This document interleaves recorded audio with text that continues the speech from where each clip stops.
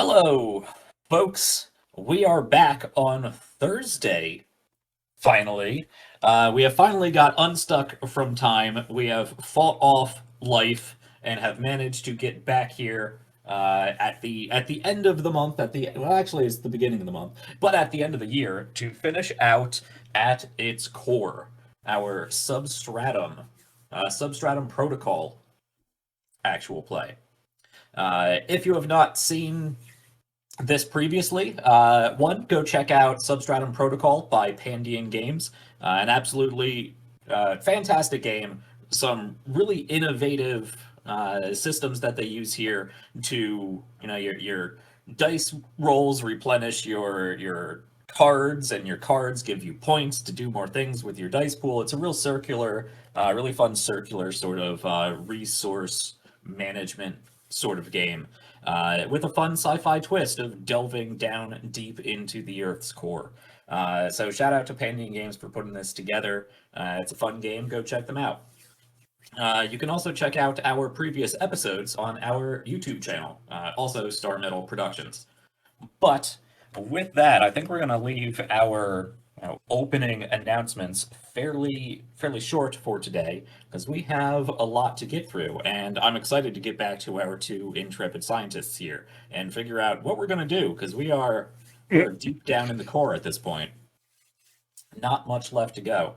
So, hello folks, thank you all for joining. Let's do a very quick shout out and reintroduction to our characters, and then I think we're going to need a good recap. Myself, my players, the audience. So we're gonna take it a little bit slower today and get us all caught up before rolling into the event horizon down here in the center of the Earth. There's not supposed to be singularities and event horizons down in the Earth, is there? Well, yeah, it depends on the planet. So. But there's also not supposed to be giant fusion reactors and miniature bottled suns and four-armed alien architects. So, I mean, weird. The way this year's gone, would you be surprised if they were down there? I mean, to be fair, I'd welcome it at this point. I'm waiting for that alien spaceship to show up on December 19th. Oh, yes. But let's not get stuck on that, because we'll never actually play. Yeah, so let's do a quick introduction of who we have here. I'm Jack. I will be the mission control for today. And another thing to remind myself, my players, and the audience here, I'm not really the GM. I'm just kind of an impartial arbitrator between these two. I don't know anything more than they do. This is a prepless, noteless game. So we'll see where it goes. Anyway, let's throw it over to our two scientists here. Tal, how you doing? Who you playing? What you up to? Yes. So today I will be playing the role of Sabastian Undermoon, who is a geochronologist expert. He is also incredibly intelligent. He thinks a lot of himself in terms of his intelligence. And he has had the wind taken out of his sails on this journey because he has quickly discovered, by the point we are at now, that he is in fact just an average human. Nothing more, nothing less. Isn't something you really thought you had to be concerned about? Oh, seriously. Of all the things I thought I was going to have to worry about, my intellect, being as brilliant as I am, being told that I am average, it has not gone down well. So his ego is currently buried under about 6 feet at the moment. But he is still human, and he still has a mission to achieve. And even though everything's gone to absolute hell, he's alive, his suit's still working, and as long as he's got his brain, it's all going to be fine.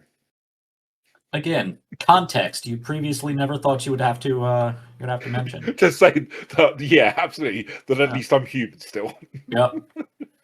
I also have to ask Tal, in our fairly long pause between our episodes here. How often did you practice geochronologist?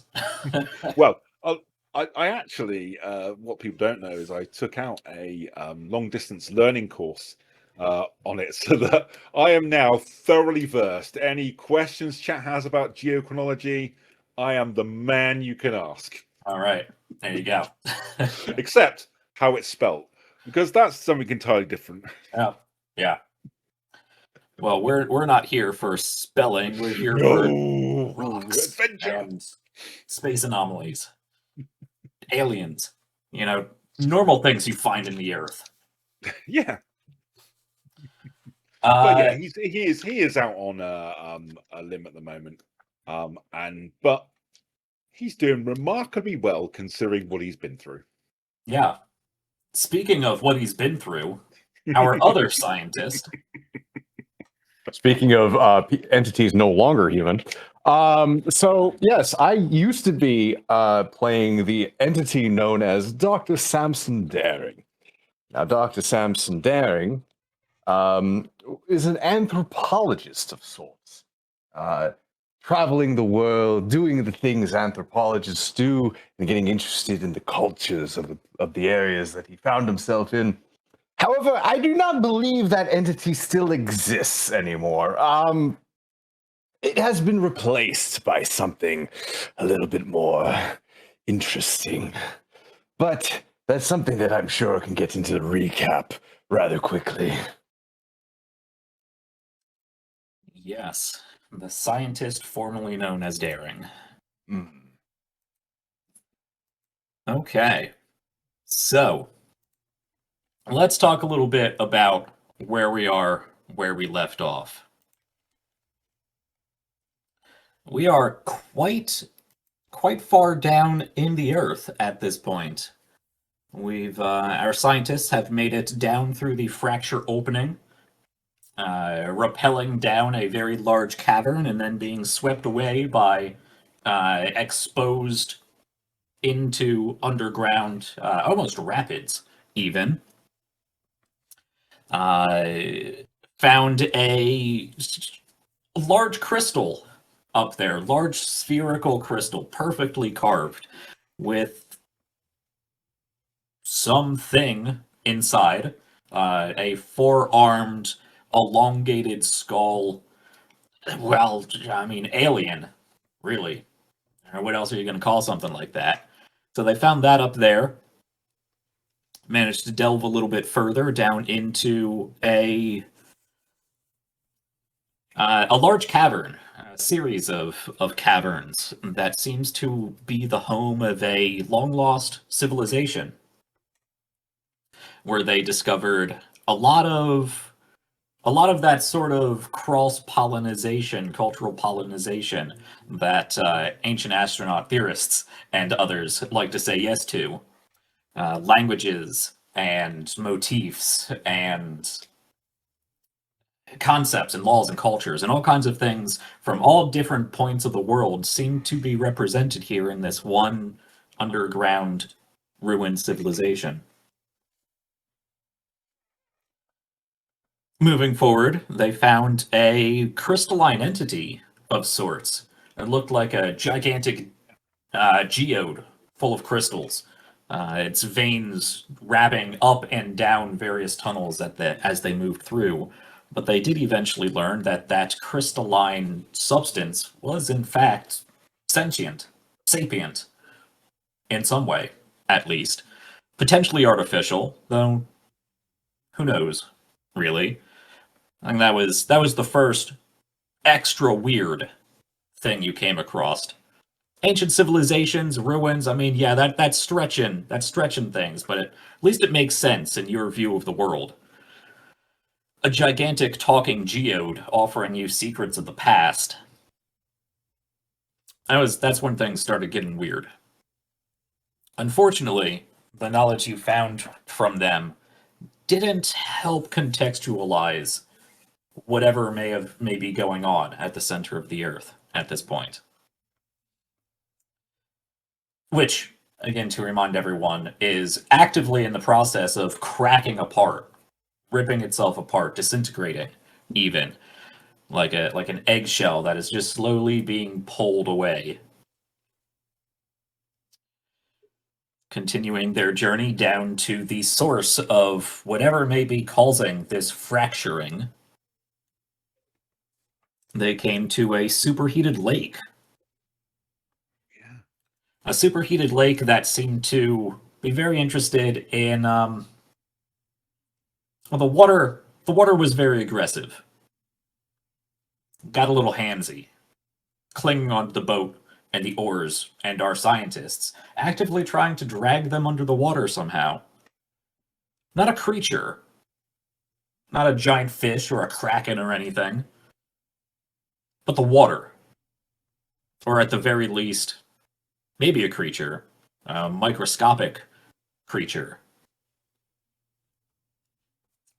And our scientists did take a sample and found that whatever strange entity that was in this red, over boiling point lake was alive in some sense, biological in some sense, but its DNA was very unfamiliar. It was not a double helix, like I believe everything else on Earth is made of.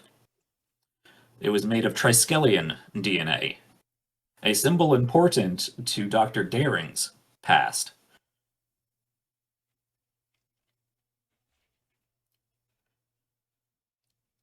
Moving beyond that, they came to a series of caustic pools.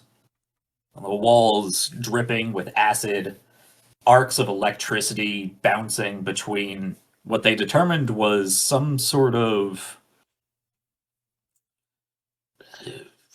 geological battery of some sort.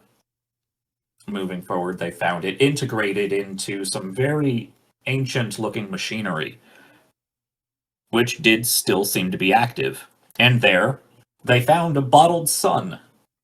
A little star in a jar. Because why not? Eventually, our nuclear fusion that we are just now developing, eventually we may be able to bottle stars. But somebody down here in the center of the Earth has already figured out how. But I believe you determined that this structure of acid and machinery and electricity was in some way being used to stabilize maybe the magnetosphere, maybe some other aspect of our protective upper atmosphere.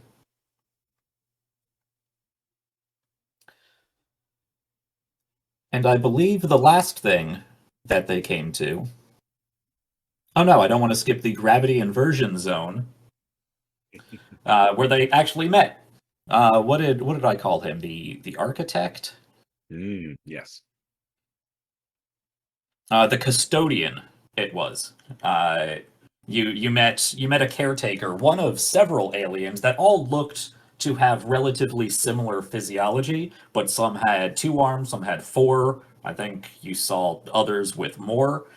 Some had more or less eyes than each other. It seemed that these aliens, for lack of a better word, had a highly morphable physiology that was able to... They were able to bend in certain ways to accomplish various tasks.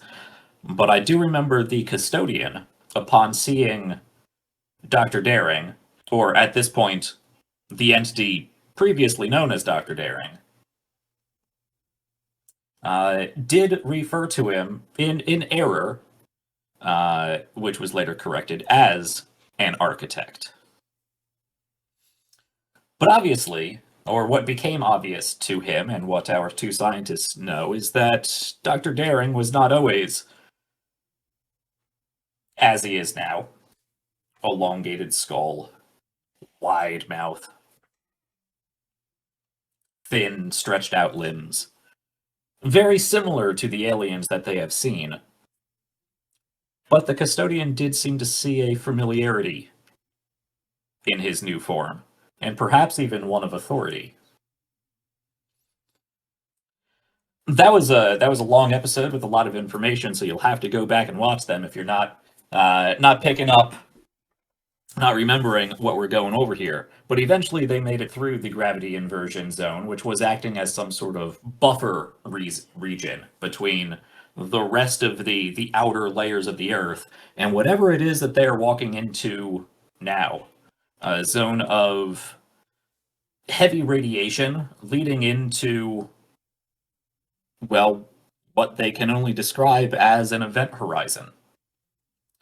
And that is more or less where we left off previously, them having traveled through this radiation zone full of large, colorful flora and these strange electromagnetic radiation ghosts, entities that played around with their technology and generally made things annoying. But moving down through the final tunnels, or, well, what they will soon realize are the final tunnels, caves, cavernous networks.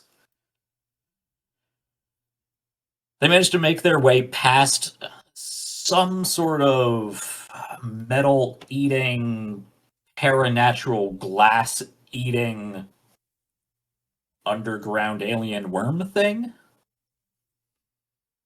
At this point, I'm not sure Dr. Undermoon really puts too much stock in his perception of reality because it's gone entirely bonkers at this point.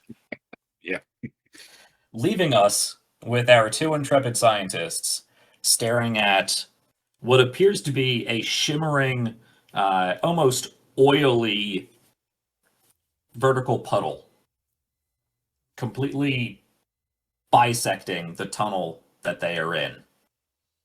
Seamlessly, almost as if you were playing a video game and the asset just didn't load that next bit of tunnel. It's just oily, slightly rippling darkness.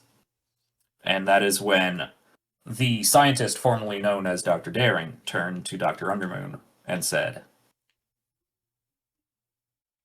"We are home."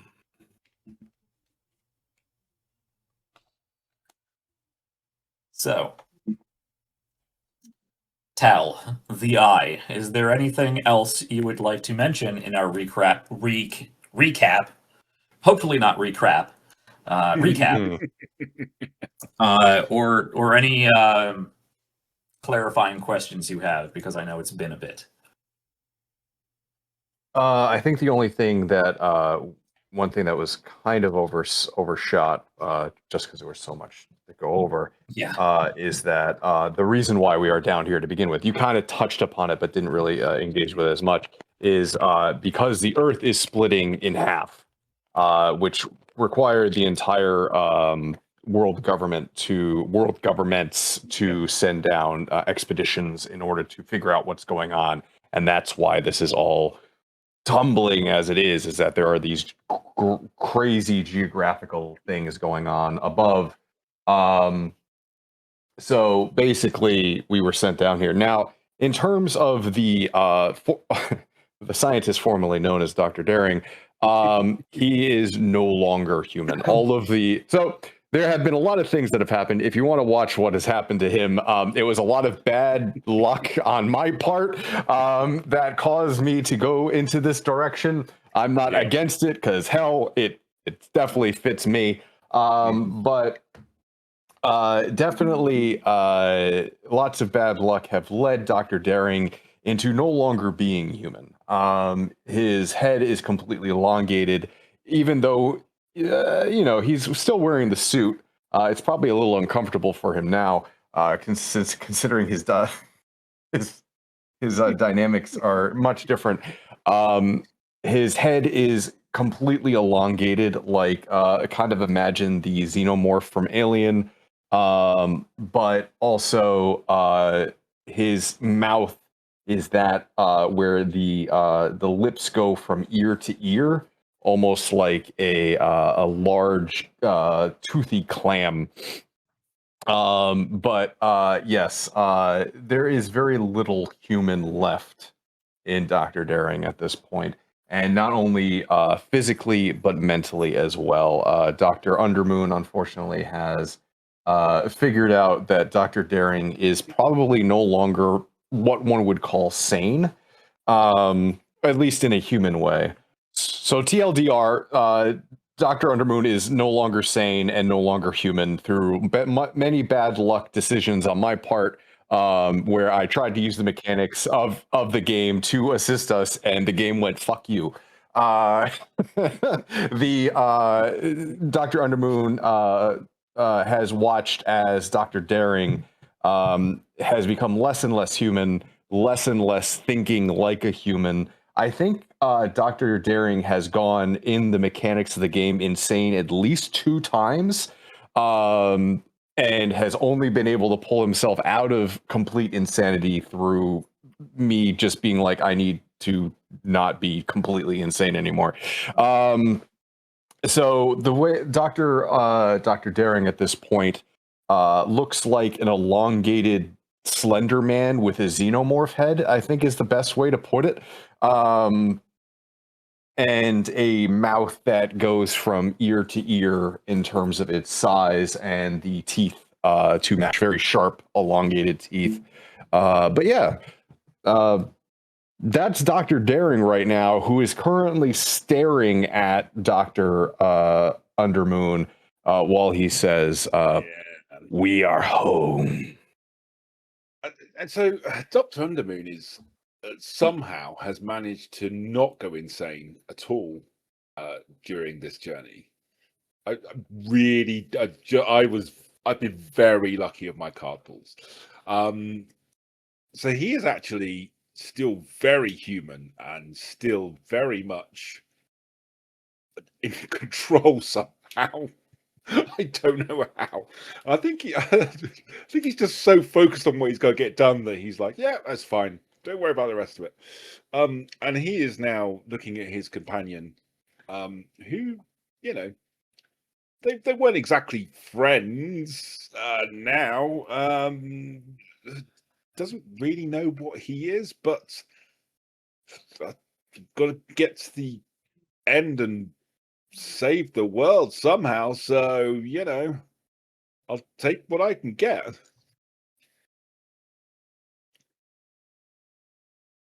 And Dr. Daring, you still in there? Should I still call you Dr. Daring? I have no other moniker of which to call myself, so you might as well. And you're still you? Isn't that an interesting philosophical question? I still have all the same memories. I still remember our wonderful journey together and all the twists and turns it's taken.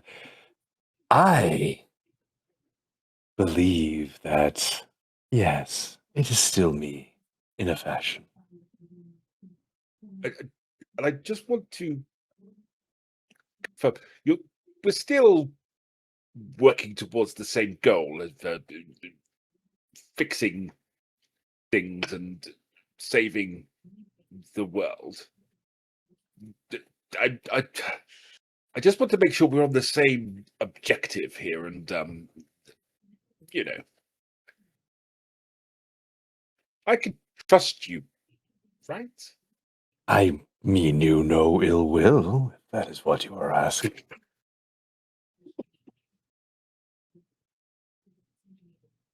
Is there a role for insight in this game? Well, that's good to know. If I could see you survive our arrival to this place, I will do my best to make sure it happens. Excellent. Do you have any insight as to what this is? And he kind of points towards the, you know, the mass of nothingness that is in front of them.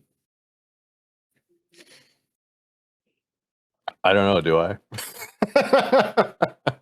I mean, I'm just a measly little anthropologist. I don't know anything about any of this stuff, but whether or not new Dr. Daring knows anything about what this is a totally different question. Yeah, so I think, Dr. Daring, your metamorphosis is definitely one that is more than just physical. Obviously, you've been playing it this way. Your way of thinking has changed in some capacity. Your way of identifying and perceiving seems to have been changed in some capacity. You have the same memories, but you also don't seem to have as much connection to things. Your empathy score has lowered quite a bit. Not necessarily in a sociopathic, crazed alien predator sort of way, but yeah, I'm not looking at Dr. Undermoon like he's dinner. right. Yeah. You're definitely seeing the world. You're definitely seeing the world and the project that is the world as something more than you've seen it before. But you don't have any foreknowledge of what may be coming.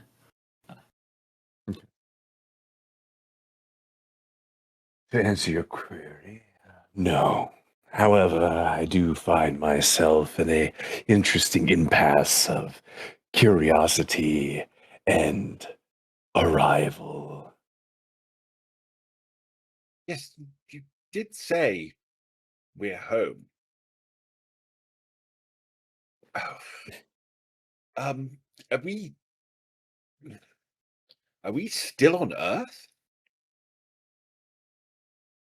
As far as I can tell. Fascinating. But if you are at the center of one's home, aren't you more home than you've ever been before?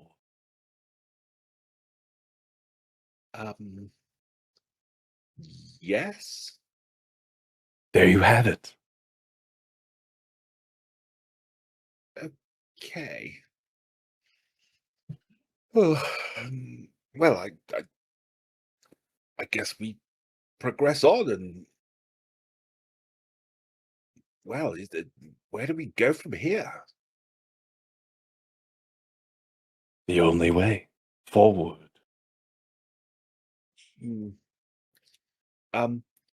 There is a big black mass in front of us. So forward, yes, absolutely. But how exactly do we do that? So, dear Jack, what is the ground we are currently on? Is it dirt? Is it stone? Is it something amorphous? Is it even describable? Yeah, where you are now, you are still in what appears to be mostly natural tunnels. Or actually, a combination of natural tunnels and whatever that strange ring-like burrowing creature was you saw before that had carved out areas and replaced some of those areas with that like monofilament electrified glass. But for all intents and purposes, where you are right now is rock and dirt and debris. But right in front of you, I'd say, probably 20, 30 feet out or so, it all just kind of stops in almost like a dark, creepy version of a Stargate's puddle. And just this black, inky, slightly wavy vertical pool of shimmering nothingness. And is there anything on the other side of it that we can see, or is it opaque. just? Yeah, it is opaque. Though I will say, when you look at it and focus on it and try to see if you can see anything past it, like office windows or a heavily tinted car window or something. Mm. You can kind of see through it if you block the light out a little bit. But when you really focus on it, you feel. Now my audio is much quieter than everybody. All right, well, let me turn that up a bit. There we go. All right, great. Thank you once again, Cosmic Cat. Hopefully that helps. It sounds fine on Pokemon, right? I don't know. All right, anyway. When you focus on this event horizon, this black, oily, vertical puddle, you almost have that almost dream-like, nightmare-like feeling of falling, but slower. It's almost like the world, this tunnel that you're in, is slowly elongating, like you are, like that camera trick that I don't remember the name of, where it really stretches out the background. You feel like you're looking at this from the bottom of a well when you really focus on it, and it has a fixation. You get fixated on it from the last bit of that conversation you had with Dr. Daring. Unless there's an attempt to sort of snap you out of it, you are probably just looking at this black pool for a few minutes before sort of regain your senses.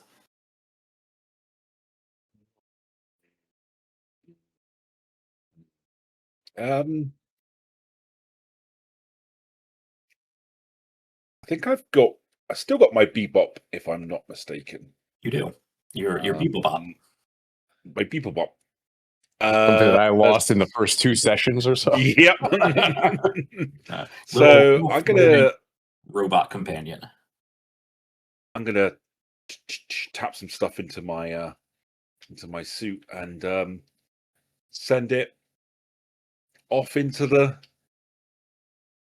inky blackness of whatever this is. All right. I choose you, mostly dispensable drone. Yes, exactly. Off you go. Okay.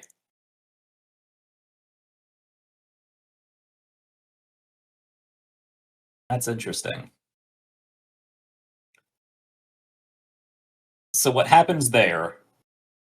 Because I did actually think about what this may be. What happens there? As long as it's not ripping it apart, that's really what I'm kind of going for.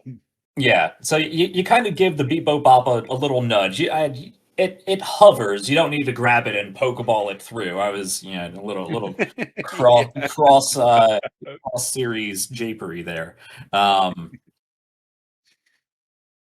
Yeah. So it hovers forward at a determined clip to finish its objective. And as it approaches that pool, it does seem to dip and fall a bit until it hits the ground right at the event horizon and rolls into it. And whatever feeds you have up on your HUD, your diagnostic of the Beepo Bop, the various radiation sensors you have, the camera display on your HUD, all of that goes static. Yeah, kind of figured. Or you can tell just because you've actually used your Beepo Bop quite a bit throughout this expedition. It doesn't look like it's disconnected. It didn't immediately completely short out to static. I misspoke. Okay. It more quickly but not instantaneously, it gets more and more distortions until it is nigh unreadable. Oh no. We're too loud. Yeah, I don't know why that is, considering the Discord audio slider is half as high as my microphone. Okay, all right. Well, I will max that out and try to talk louder.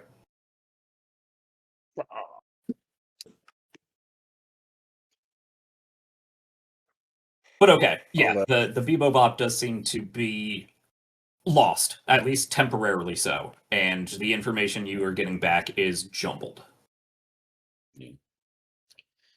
I kind of assumed that that's what was going to happen. Well, I guess this is what a leap of faith.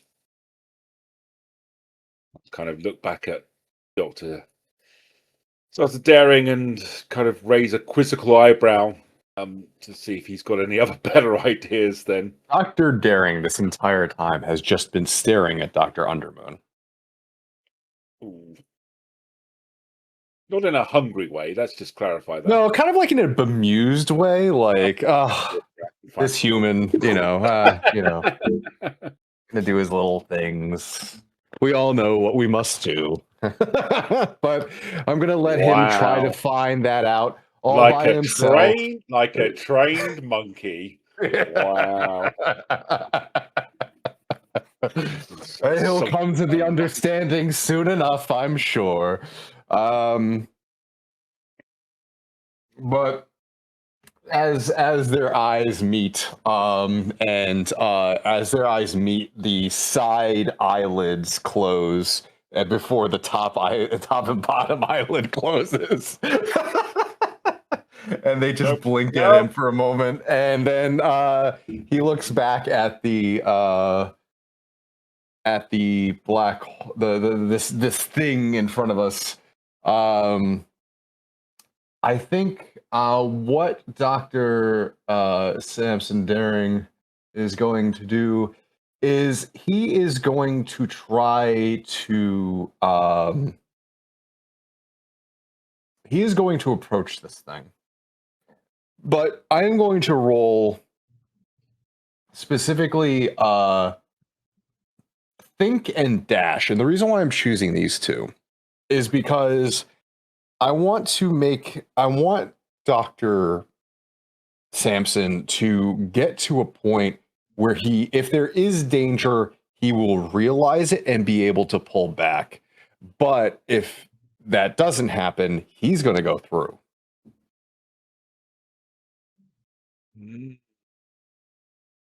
Okay. Mm-hmm. I apologize. I'm not sure I'm following you here. What are you hoping to accomplish with this roll?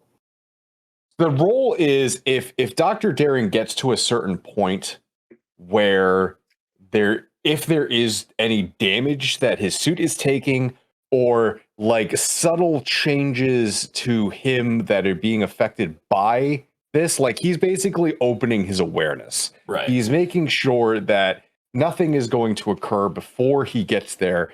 And what he wants to do is basically touch this. Yeah. So I think once again, I have dug myself into the standard GM problem of door. You don't even know if it's a locked door. It's just a door. You put a door in front of TTRPG players and they go, how the fuck are we going to get around this?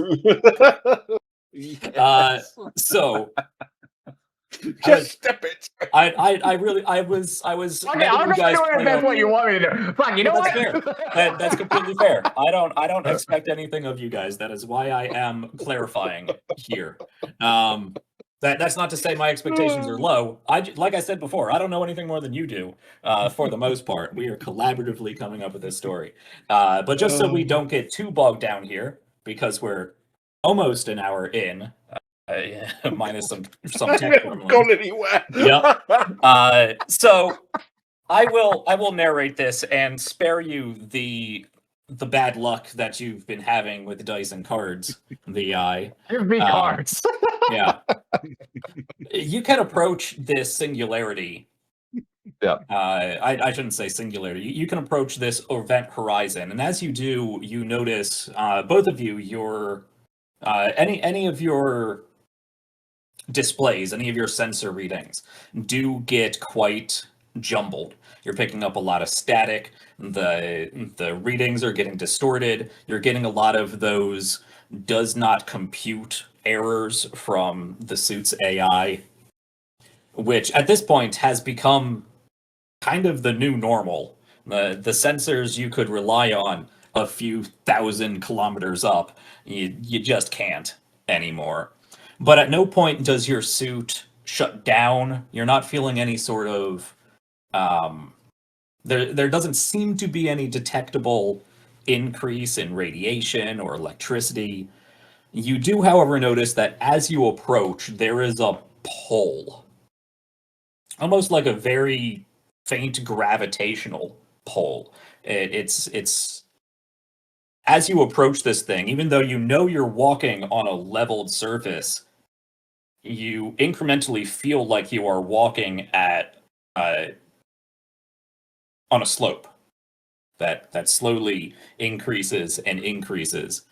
And I think from our third-person camera view of this scene, as you approach, you do sort of instinctually lean yourself backwards, which looks very bizarre to the camera who sees you walking on a flat plane, sort of unnaturally tipped backwards in a way that you could not maintain your balance in if the gravity was working correctly. But it's faint. There's no active, like, yanking you in. It just feels like you're going down an increasingly steep hill. That in static. That in a slight decrease in temperature, but nothing the suit can't handle. Until you get right up to that shimmering pool. And you can place your hand on it, and you feel a little bit of resistance. But it's not necessarily physical resistance. It's almost like when you take a balloon and you rub it on the carpet and you get your hand real close. You can feel that static electricity before you touch the balloon. It feels kind of like that, but you also know it's not really static electricity. Just like this isn't really a gravitational change. The laws of reality that were previously constant don't seem to be constant here anymore. And you are having to strain yourself from almost falling into this as you put your hand up against it. But when you feel that resistance, you can easily push through it. But beyond that resistance, you really don't feel anything. Your hand disappears into the darkness. But you don't feel anything. You know it's still there. You don't lose all sensation below the wrist. You just don't feel anything. Nor can you see your hand once it passes through that black curtain. Once Dr. Daring has figured out that there seems to be no damage being done, he's just going to walk through. Does Dr. Undermoon follow? Choice, really, have I? Yes, absolutely. He'll kind of like, okay then. As soon as Undermoon gets like within a foot, Dr. Daring just suddenly appears back out and goes, "You coming?" I was waiting for the arm. I was waiting for the arm. Yes, I follow along with fear in my heart. All right. So, we're going to do a travel roll here to actually get into the bulk of this next sector, the barrier event horizon. So, whoever is leading this sounds like Daring, but that's up to you guys. Whoever is leading this will be rolling a dash plus a skill of your choice. Now, I will contextualize this right now. The two of you are walking in pitch black.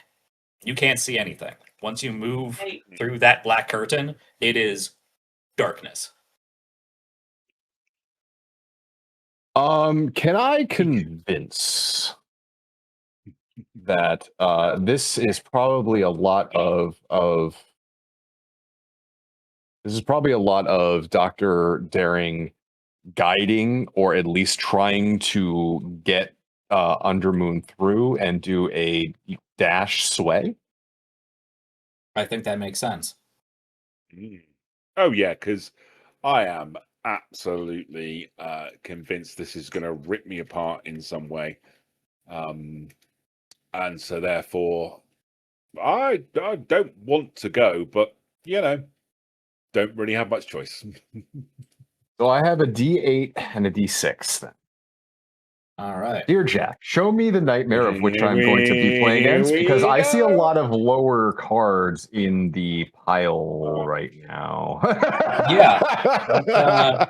Let's see what these cards are like and how many more we have left in the pile. But you have Yep, that's the King of Hearts. Yep. Yep, we're starting off good already. Starting out good. Yep. Okay, so that's a 13. And a 6 of diamonds. Okay. All right. Much easier to deal with. Flash roll 1d6 plus 1d8. I barely beat the 6. Yeah, you got the 6. So that's a 5 plus 3 is a total of 8. And you beat the 6. You do not get the king, which is a 13. So you can take that 6, and I'll throw the king in the discard. Okay. So, what does that mean for our travel? The path is difficult. Each scientist can clear 1 stress, but there will be a complication upon your arrival to the next sector. So, I don't have any stress at the moment. I don't have any stress at the moment. I don't take stress damage. My name's Tal. Well, I think Tal got his, 4th or 5th full system upgrade? Yeah. I just absolutely booted the heck out of that system too, right? And Dr. Daring, your stress is fairly low if I have my... Yeah, it's, I think I have 2 upgrades, so I have 2 stress technically, but not in the main pool. Okay. So you're at normal max stress. Normal max, but I have 2 more that I could get if it ever comes. Okay. Yeah. So I believe I can just take that 1 box away. Daring, stress, move that down, turn that off. All right. So,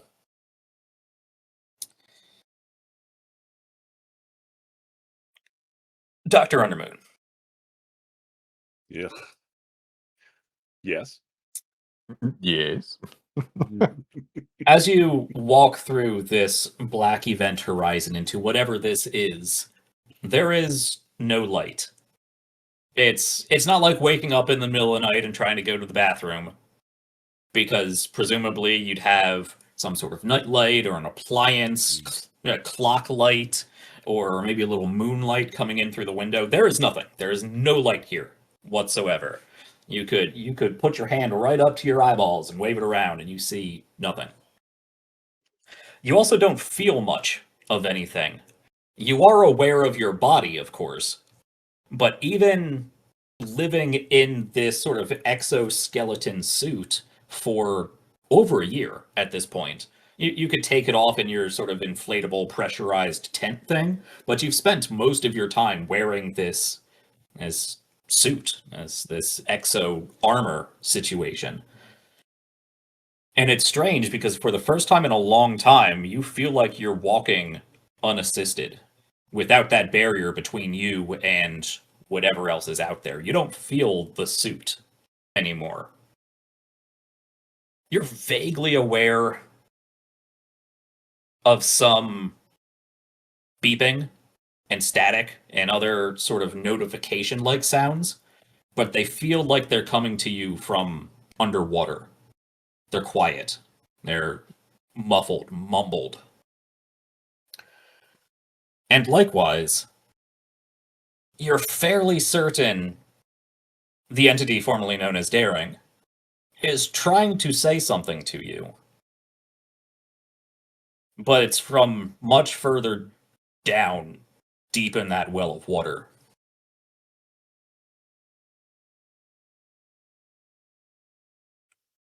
And then your foot hits something. It's a weird sensation. Because, one, because you're used to wearing those big boots, which you don't really feel. You don't even really feel the socks, presumably in your shoes, or your shoes. You kind of just feel like your bare foot stumbled onto something that isn't quite entirely there. Almost like stepping on one of those real squishy gym balls that you would play tag or like whatever various games are. I'll just give you a nice ban, thank you. Goodbye. No scammers on this channel. Sorry there, folks. But after of sort of playing footsies with it, you realize it's your beep boop bop.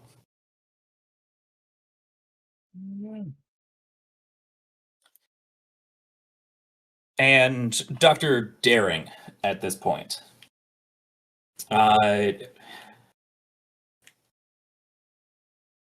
You did roll okay on that. So as you are talking, better than my usual rolls, I suppose. It is well. The result is actually in the book. Okay, it's good. Yeah. Okay, and bad. You rolled okay. But yes, we don't need to play out the entire walkthrough of the journey here. But you are able to seemingly pierce whatever this viscous nothingness is, which I know is oxymoronic, but so is everything else here. But whatever conviction or connection or sense of duty or perhaps even sense of fate draws you not only forward but to your companion, you're able to focus on and actually get these words across. So Dr. Undermoon, it takes a little bit, but you do begin to hear your colleague more clearly until it sounds like he is walking right next to you. You can turn your head, you don't see anything. You can reach your arm out, you don't feel anything. But at least the reassuring presence of his voice. Yes, my reassuring voice. If you could call it that anymore, you can hear. Just kind of like I think that it's like coming from several directions, like around before it like starts moving forward. No. Dr. Undermoon, are you coming? Everything will be fine. Oh, deep breaths, and this is all fine. Everything's fine. Ultimately, everything can be explained. There's a solution for everything, and it's just I lack all the information in order to be able to decipher everything. But it's all going to be fine. Yes. Don't hyperventilate now. No. I've got everything under control. Science.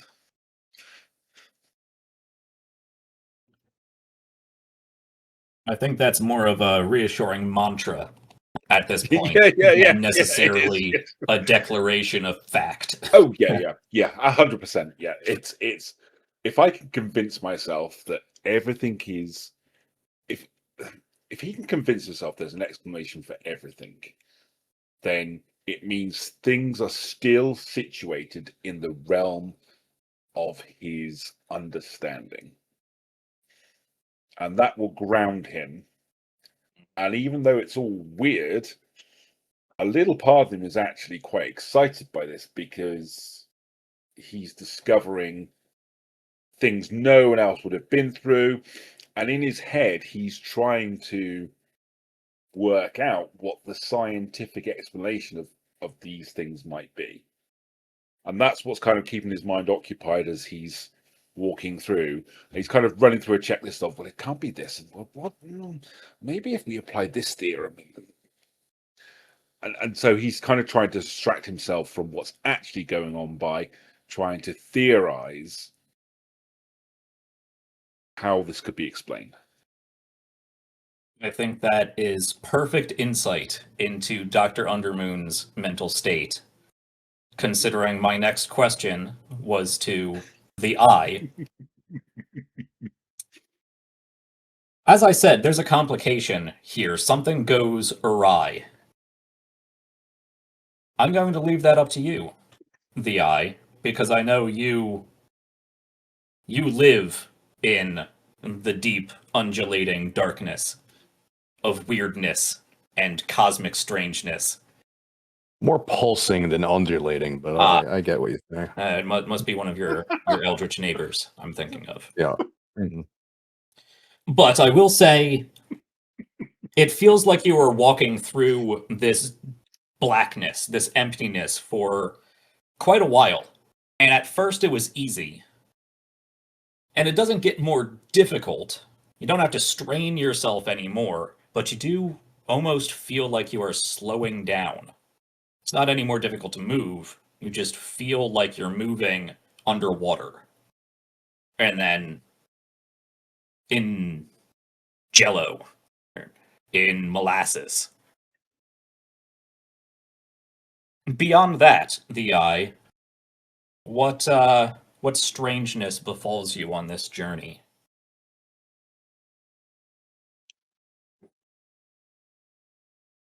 I think that you mentioned fate before. And I think that Dr. Daring in his engagement with what's going on right now is trying to embrace what is coming. And in that, I think that even though mechanically he's not insane anymore, I think definitionally he is, and therefore has decided that he doesn't really need his helmet anymore.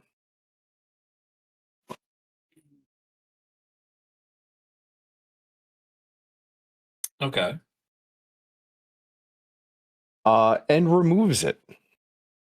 Well, that is certainly an interesting idea that comes through your head.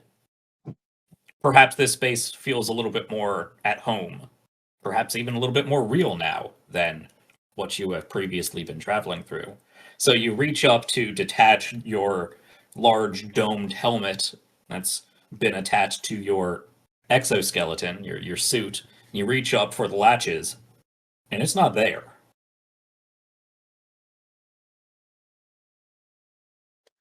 You don't feel a suit on you.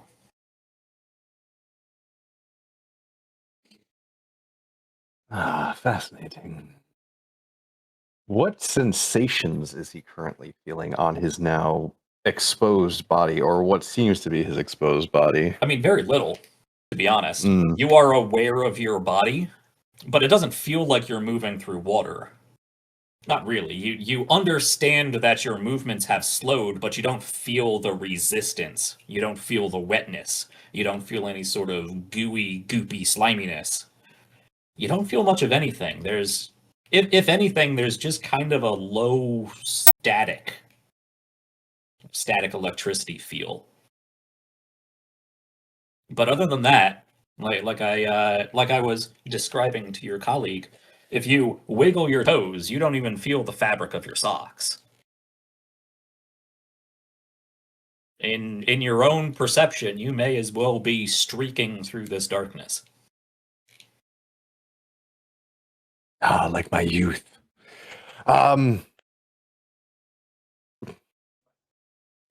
Okay. Is that the complication then? I can work with that. Yeah. Okay. Okay. So,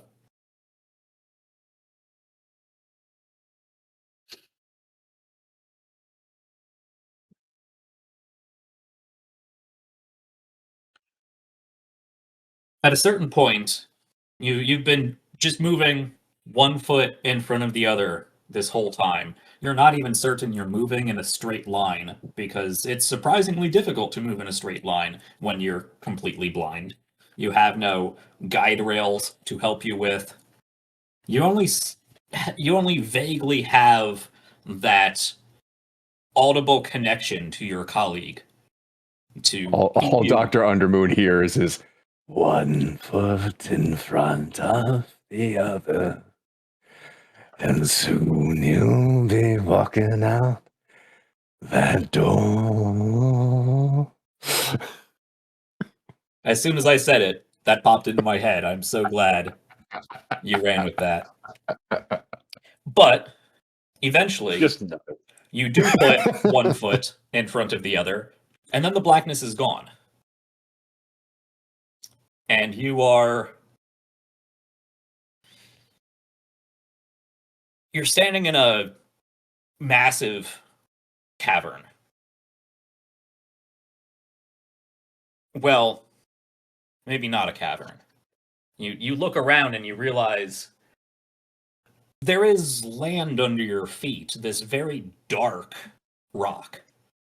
It looks like rock.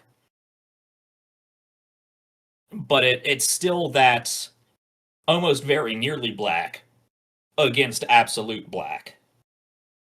There's just enough gray, there's just enough flecks of other types of stone in there that you can make out that there's this outcropping that you seem to be standing on. But looking around, the blackness that you have walked through, that rippling, oily puddle, does now seem to have wrapped around whatever this extremely large cavern is. I call it a cavern, but you look off to one side and you can only barely see the curvature of whatever you are inside before it's just black on black on black, and you really can't make anything out. But straight ahead of you, there is this dim whitish gray light that just seems to be hovering in the center of this seemingly possibly spherical bubble.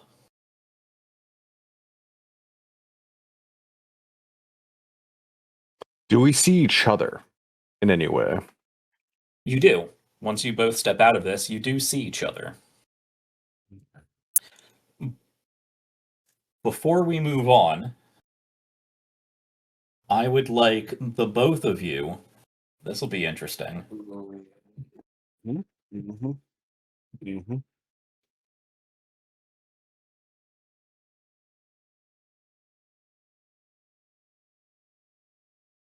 So the mandatory skill is going to be understand. No, it is going to be think. Excellent. So both of you will roll think plus whatever best works for you, and this to contextualize your skill choice. This is you. This is the definition of yourself. This is how you perceive yourself to be. Your characters don't realize this, but I will tell you as players because it's easier to move on.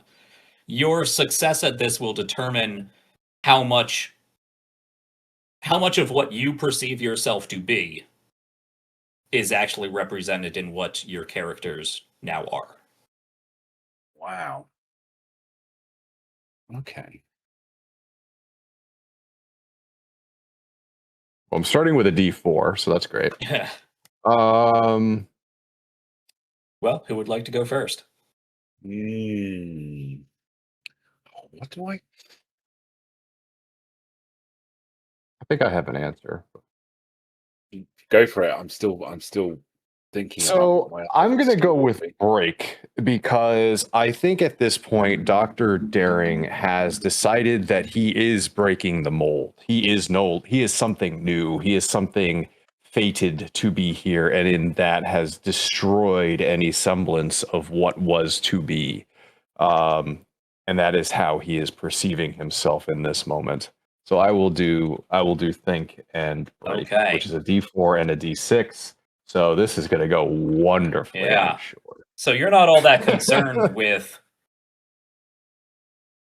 what's the word I'm looking for? You're not concentrating on trying to still be Dr. Sampson Daring. No, not at all. No. That entity is gone. You are recreating yourself in whatever image you now have and whatever image you feel drawn to. Okay. Correct. Think and break. You have 6 of clubs. All right. And a 9 of spades.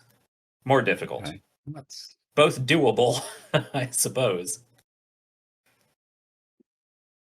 I have 3 cards. Is there any way for me to boost this again? It's been a while. It has been a while.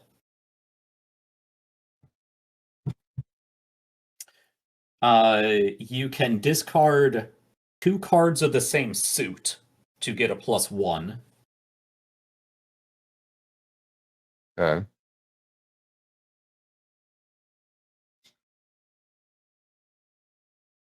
Okay, I'll do that. Yeah, I think that's the only one that really works here. There is the flashback mechanic,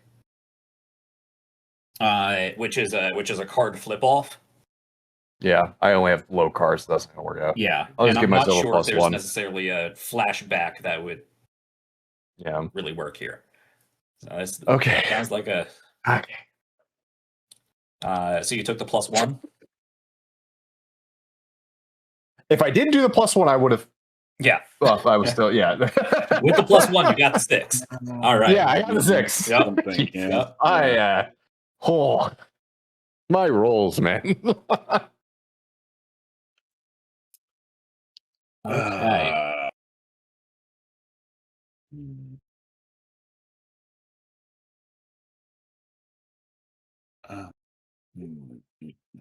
So we'll actually resolve these at the same time. Yeah. So Tal, you're up. So, I mean, think would be my first choice anyway, because that is who he is.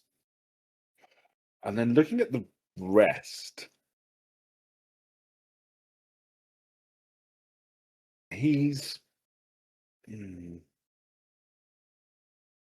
so difficult because would you be I'm trying to find the one? Sorry. No, go on. Would you be trying to almost denial yourself out of this, or false logic yourself out of this, reason yourself out of this? Yeah, with, absolutely. With sway. Well, either that or no, because evade is more physical, isn't it? Yeah. I mean, I was kind of thinking in my head, am I mentally trying to evade? I mean, well, I think that kind of works. Thinking evade. Yeah, evade really just says avoid danger, and that is distinctly different from dash, which is definitively movement in a specific direction. And I guess that's how he would deal with it. I mean, he is a thinker at heart. Yeah, I'd allow evade. Okay, cool. Yeah, I think plus evade, more of a mental evasion. Yes, absolutely. So that is a D8 and a D6. All right. Now, I have on my character sheet a note saying I have a floating advantage.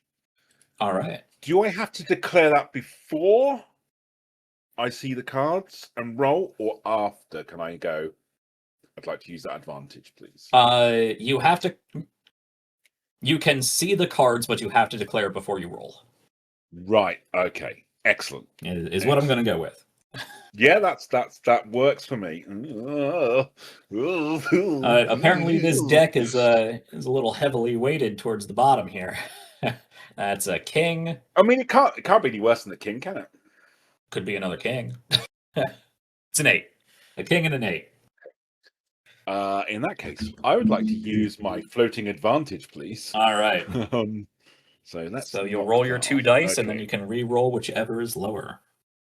So D8 and a D6. Right. Okay. So let's start with the D6. Yeah. Can't get any better than that. And then let's roll the D8. Yeah. 12. So. God, I wish I had dice that worked with me like that. And the king's 13, isn't it? The king is 13. You could just discard a card. I've only got one two card. cards. Just got Yeah, two. two. Yeah, right. 2 with the same But I suit. can re-roll that D8 because that's technically the lowest. You can, actually. Right. Yeah. Come on. But hang on. If I do that and I get a 1. Yeah, I was just under flipping the through gate, the book aren't I? here. I will say, even if you roll less, I will count it as a. The highest. Yeah, it's with advantage. I would take the highest. Okay, cool. Right. Okay. You have a 1 and 4. I need. Oh, come on. You did it, you son of a bitch. I hate this game. I fucking hate this game.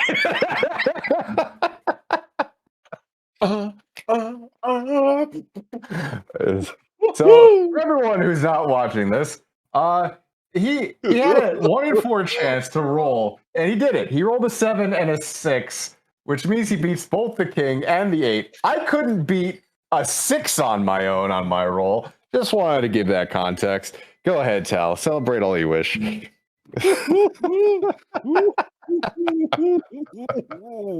Okay, I'm going to let's take that card. Yeah, you just take those cards. Yeah, That card. put them in your hand there. Yeah. Okay, go ahead. Yeah. Oh. This game is definitely playing favorites. Yeah, it really is. Yeah, it really is.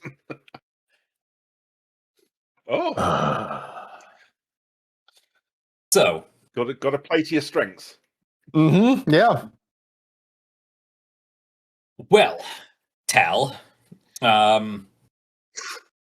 with a perfect roll there, you can define yourself as you would define yourself.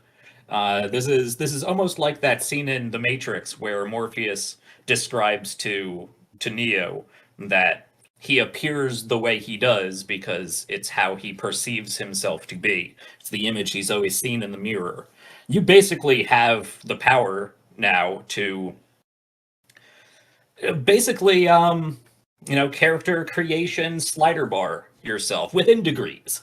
You can't make yourself radically different than you were because your attempt here is to define yourself. But you can define yourself, with a pretty high level of precision. And I will leave it to you whether that includes your suit and your beepo bop or any sort of any little variance. But Daring turns and just sees a large cinder block of fortitude. T-posing through the fucking nether. I have got it. I've got it. Do you want me to? Shall I tell you? Yeah, yours is probably easier than Dr. Daring. So go ahead. You don't see any change at all. Yeah. As far as he's concerned, he is one of the greatest scientific minds on the planet. And he has always believed that in terms of critical thinking and mental agility and, being able to think his way through different things. And so actually, he sees himself as he sees himself every single day because he is an arrogant git. There's no two ways about that. And so as far as he's concerned, he doesn't get things wrong. So why would he need to be any different than he already is? Yeah. I assume you step out of this darkness with a pristine, well-polished, unscratched, undamaged suit. Absolutely. Yep. Everything works. It all looks amazing. You know what, Jack? Give him a free upgrade too while you're at it. Yeah, sure. Yeah. Go ahead. But yeah, I mean, he from his point of view, he's the person that he's always been. For those of us in the audience watching through the camera lens that isn't actually there, Dr. Undermoon's head might be just a little bit bigger. Maybe he's got a little bit more hair. He was ever so slightly, so maybe just a few, just to hide the encroaching widow's peak. It's just there it is. Yep. Dr. Undermoon comes stepping out of the darkness as a young, fit, healthy 22-year-old. Yeah. With an abnormally large head. No. But yeah, for all intents and purposes, Dr. Undermoon, you step out of this blackness as if you were taking your first steps out of the airlock of the facility a year and yada yada ago. Absolutely.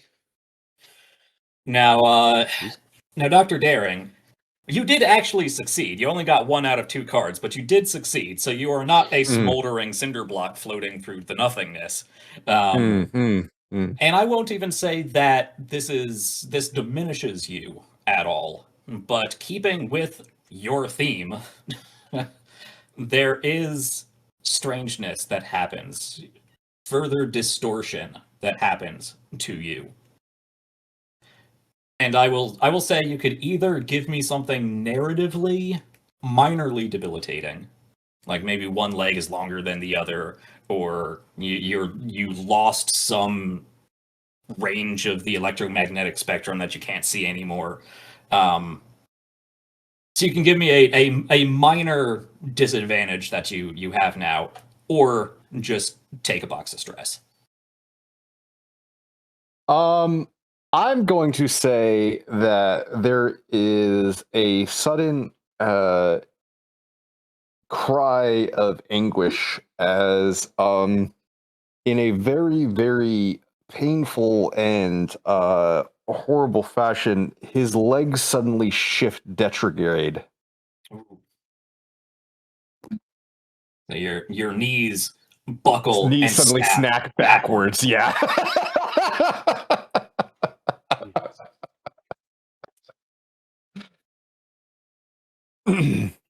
Let me also take ask that stress with that. I think the stress works. All right, yeah. That was a lot of pain all at once. Yeah. I've had my knee pop out of my my socket. It's not pleasurable in any way, shape, or form. Yeah, that doesn't sound great. No. Let me also ask, are you wearing your suit? No. All right. Are you wearing anything? Are you going straight SG1 Asgard in the buff? I think that there are like how much physiology have you actually lost? Kendall all the way down. No, I think that there are semblances of the suit in terms of like it's like more form-fitting now, but it doesn't look like what it used to. It's more crystalline in nature. Almost like crystalline armor that was specifically grown over specific areas. Yes. Yeah. All right. I like it. Very, very akin to the geo that we found. Yeah. So, Dr. Undermoon, you come stepping out. I had a quick question. As as we kind of said, it's almost as if he stepped back to when he first stepped out. Do you think then that it would be okay if I reset my my dice so they're like original levels, or is that too much? Fuck it, give it to him. You know what? Give it to him. No, I'm fine. It's fine. Here I am sitting at D4s all the way down. Do it. Go ahead. Well, do remember, you can take a breath at any time and reset all of your dice. It just creates a complication. So because this was this was a roll to see how a complication affected you, I'm going to say no. That's fine. Yeah. No problem. But since you're at the very beginning of a new level, if you would like to collectively take a short rest, take a breath, and reset yourself, we can definitely do that. I think that's a good idea. What do you think, Doctor? So. Yes. Well, considering I am currently on the ground on all fours screaming, yeah, makes sense to me. So I think that's a good place for us to pause our show here and take a quick break. So, Dr. Undermoon, you come stepping out of this darkness, one foot in front of the other, like you were walking down, corporate hallway somewhere. Not a falter in your step whatsoever. And then just a beat afterwards, as you look down at yourself and realize that, oh, hey, everything is exactly as I remember. Great. And then you hear two sickening snaps, cracks, and a unnatural scream that reverberates through this cavern. And actually, drawing on another Matrix reference, it's almost that semi-auto-tuned scream that Neo did when he was first unhooked from the Matrix, when the mirror is going down his throat. It sort of echoes and reverberates and auto-tunes outward. In a very unnatural sense. And I think that is where we are going to leave our scientists for just now. Love that. So we're going to take a quick break, 10, 15 minutes, somewhere around there. Get up, stretch, get some water, do the human things, and whatever the eye does in his weird eldritch realm somewhere. And we will be back in a little bit. Stay tuned, because things are about to get weird. Again. All right, we are back for some more At Its Core, our Substratum Protocol actual play. Things are getting weird in our penultimate episode. They have just started getting weird. Yeah, right. They have made their way through the event horizon, an event horizon, down here, pretty near the core of our world. There's been a lot of weirdness so far, but we will pick up with our scientist and eldritch alien abomination where they left off.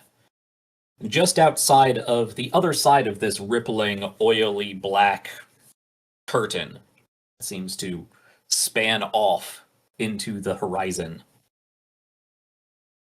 You're on this vaguely geometric, tiered, black rock-ish precipice. Dr. Undermoon looking pristine, really. None of the bags under the eyes or oiliness to the skin of a year of traversing through the underground. And likewise, the exosuit and his Beepo Bop, shiny and new.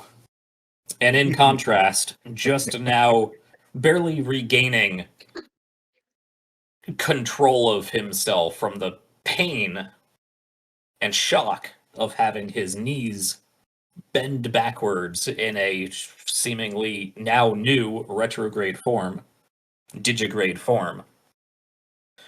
The scientist formerly known, or the former scientist formerly known, as Dr. Daring. My dear fellow, you okay? What on earth happened to you? Daring will like on all fours begin to like slowly try to get up. Of course, it hurts just to do that. Wincing and letting out little grunts of pain, but that overly large smile never disappears.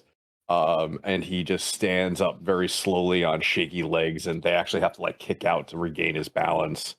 And he stands probably a foot or two taller than Dr. Undermoon at this point. And looks down at Dr. Undermoon with this new crystalline substance over his skin, looking in pain, but slowly nods and goes, yes, I'm fine.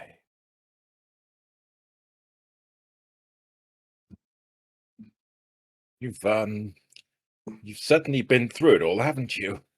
Is there anything I can do to assist you? I think this is something I have to get used to myself. But I appreciate your considerations. Well, it is only us down here. We have to look out for each other. You say that, and as you look around, you realize jutting out from this, again, oily inner sphere you seem to have walked out of, you're now starting to notice more of these layered geometric black rock precipices and individuals that look shockingly like yourselves standing atop them. Yeah. But not quite. They're a distance out, each of them. This sphere, you presume it's a sphere. I mean, we're talking tens, hundreds of kilometers. Could span the entire inner core of the world, but you can see sticking out those precipices, and on top of them, you see two individuals wearing something very similar to your exosuits, except they're more angular and they're blue. And over on another one, you see a pair that looks like they have gone through far worse. Their suits are torn up, plates missing, they're dirty. Oh, one of the two figures seems like they have lost an arm. You can look to some more down there, up there, over to that side. Little differences, but it's always two individuals. They do. You're looking at specks in the distance, but you sense a familiarity with them. More than a familiarity with them. A almost self-recognition to them. I'm going to venture the guess that some of the second figure wouldn't be human and some not. Yes. But not all look as you do. Right. Are there any that we can tell is Dr. Undermoon looking like me? You think there are some of them out there. It's less you can see and recognize, and more like remembering a dream, if that dream was being projected over there on that wall. Fascinating. Remnants from other timelines, other choices that we've made, but all ended up here. The convergence of time streams, time decisions all in one place. I'm not a man that believes in fate, but I can't see where there's anybody that isn't us, or where there are just one of us. Fascinating. Dr. Daring suddenly pulls out a sword. There can only be one.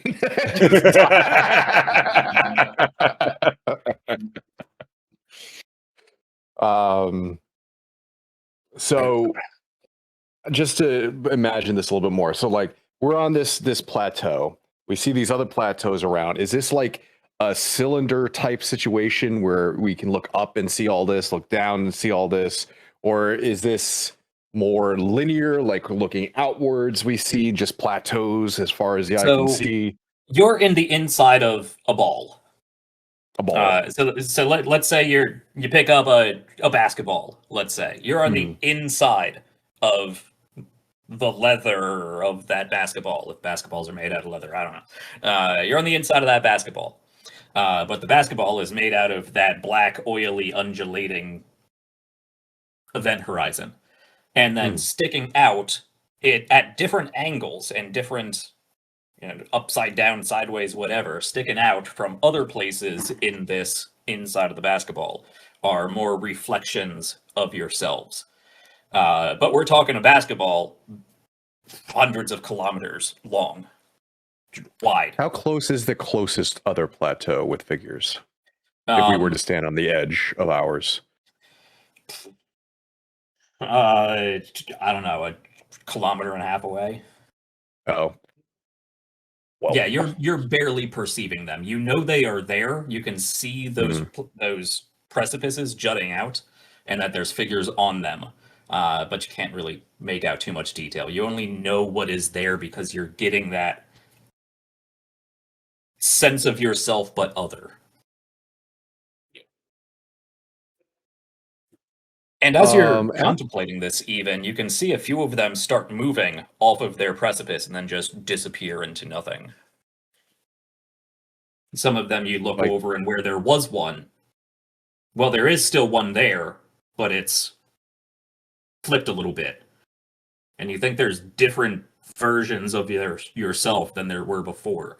Nothing here seems to be static. Except us. For now. Hal loved that answer, by the way. Tal loves it when Jack or the Eye says "for now." Fills me with so much confidence. But at the center of this inside of the basketball, there is a dim floating light, almost like a tiny micro sun in the center. Well, not a sun, because it's not that warm yellow light. The yellow light of our sun that makes Superman. It's this dull gray, almost cold, almost bluish light.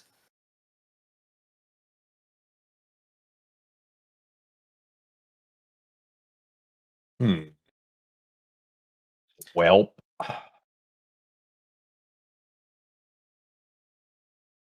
but once again, this is not D&D. You are not responding to my prompts. You can give me prompts. So we're both learned men / whatever the Eye is now. We can hypothesize about what we're seeing, having kind of, we would have been up to date on the latest theories and different ways of thinking and so on and so forth. So it wouldn't be out of the realms of imagination for us to have learnt about timelines and alternative realities, all those kinds of things. And so could just kind of surveying this, the thing that's constantly going through Dr. Undermoon's mind is, which of us is real? And that's the kind of thought he's holding on at the moment is, surely it must be me. And he's trying to ground himself in that thought that although there are multiple versions out there, because of his self-belief, he's confident that he is the genuine version. Now, how that kind of plays in with what's actually going on, I don't know, but he has to have that self-belief that these are shadows and he is the prime, if you like. As you look around, you turn over here to look at some of them, and you turn back, there's less than there were before. The ones over there aren't there anymore. There's definitely less. They don't all disappear, but there's fewer. What's going through Dr. Daring's mind is that there are some here, and it is apparent to him, who have made the wrong decisions. And those are the ones that look less like he does now. The ones that have made the same decision, in fact, he would include the ones that look like him to Dr. Undermoon, that these are the individuals that have chosen the correct path. And the others are going against what fate had designed for them, and that they need to be gone.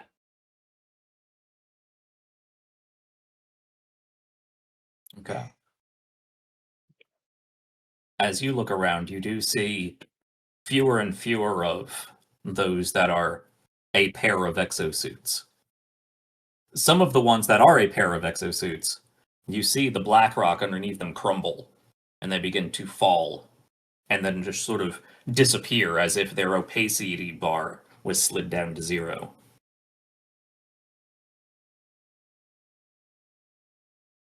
How would the two of you like to proceed forward?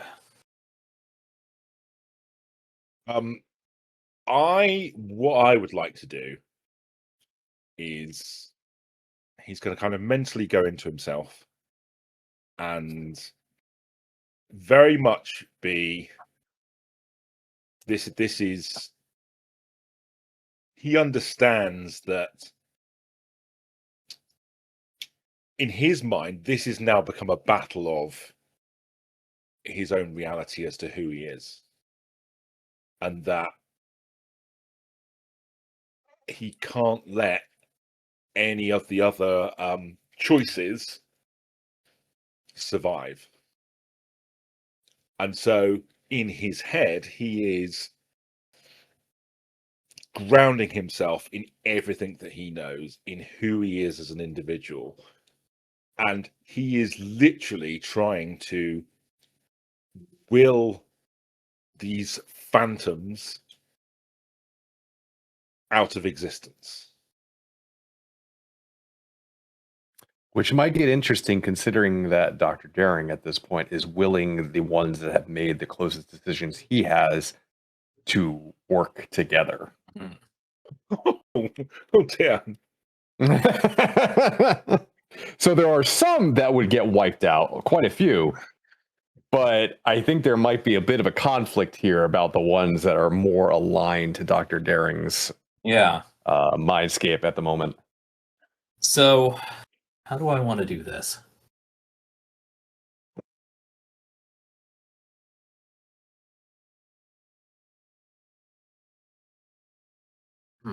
Do I want to make this a flip-off between the two of you, or compare success to a skill roll?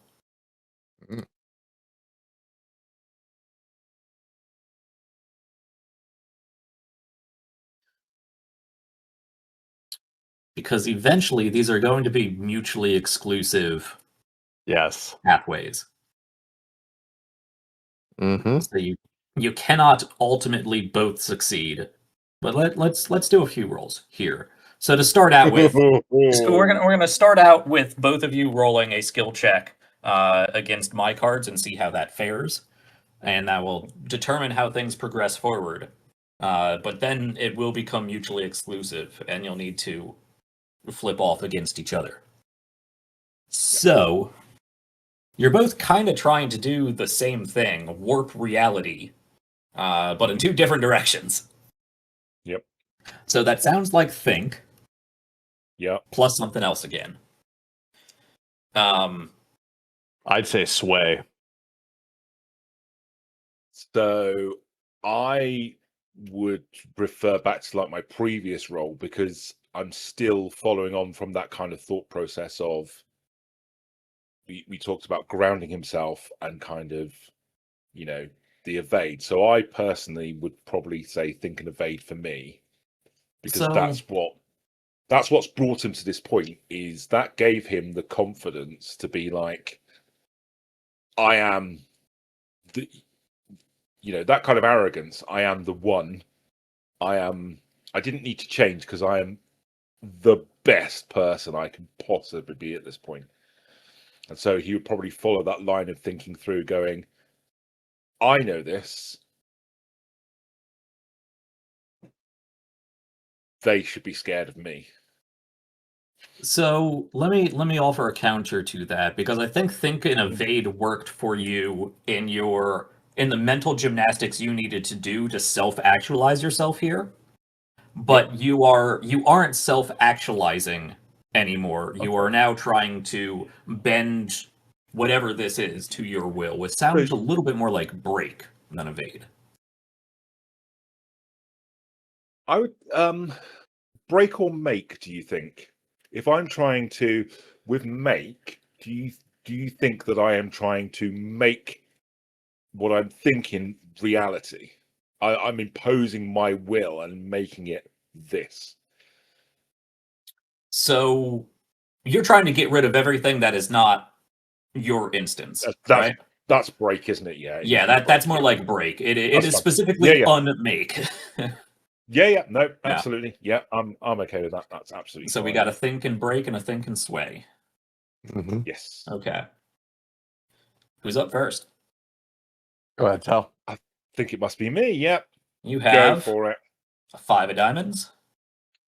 Oh shit! Watch this. Watch And this shit. diamond. Watch this shit. Yeah, yeah. Watch that. I've got a It's not agreed yet. So I've got a D10 and a D4.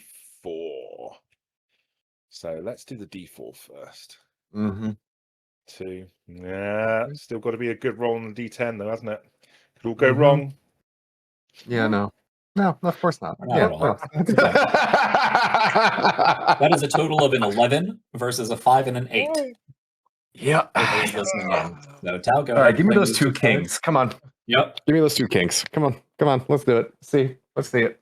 All right. 2. Oh, come diamonds. on, yes. You're catching a break here. Yeah, we'll see. And an 8. Okay. 8's a little high, but not undoable. Yeah, you should be able to do that.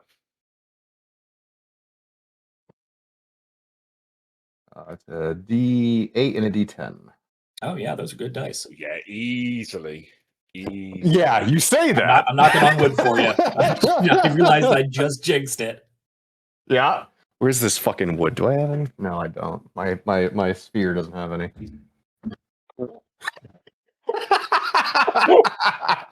I rolled 2 3s, everybody. 2 3s. That's a 1 pass, 1 fail, as per usual. Hey guys, this is the eye. Can't roll dice worth a damn in this game. I don't even want this 2. I don't want it. I don't fucking want it. I don't want your pity 2. Yeah, I don't want your pity 2. You do us right at the end, though. I'm just gonna roll like absolute crap. No, you're not. No. Up. You say that. You've been saying that for a while now, and I just don't believe you anymore. I don't trust you. We'll see where it goes. Okay, so the two of you. I mean, at this point, the two of you are really just sort of standing here on your own ledge, right? You're not really trying to proceed forward in any way, but instead just taking in your surroundings and trying to bend them to your own perceived or preferred reality. And over the next few minutes, and I think both of you lose track of time.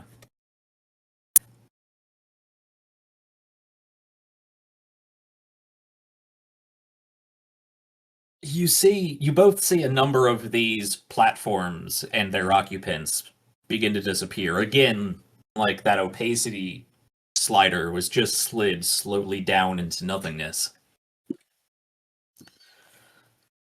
But of the ones that do remain, they do seem to be the ones in which there is an other.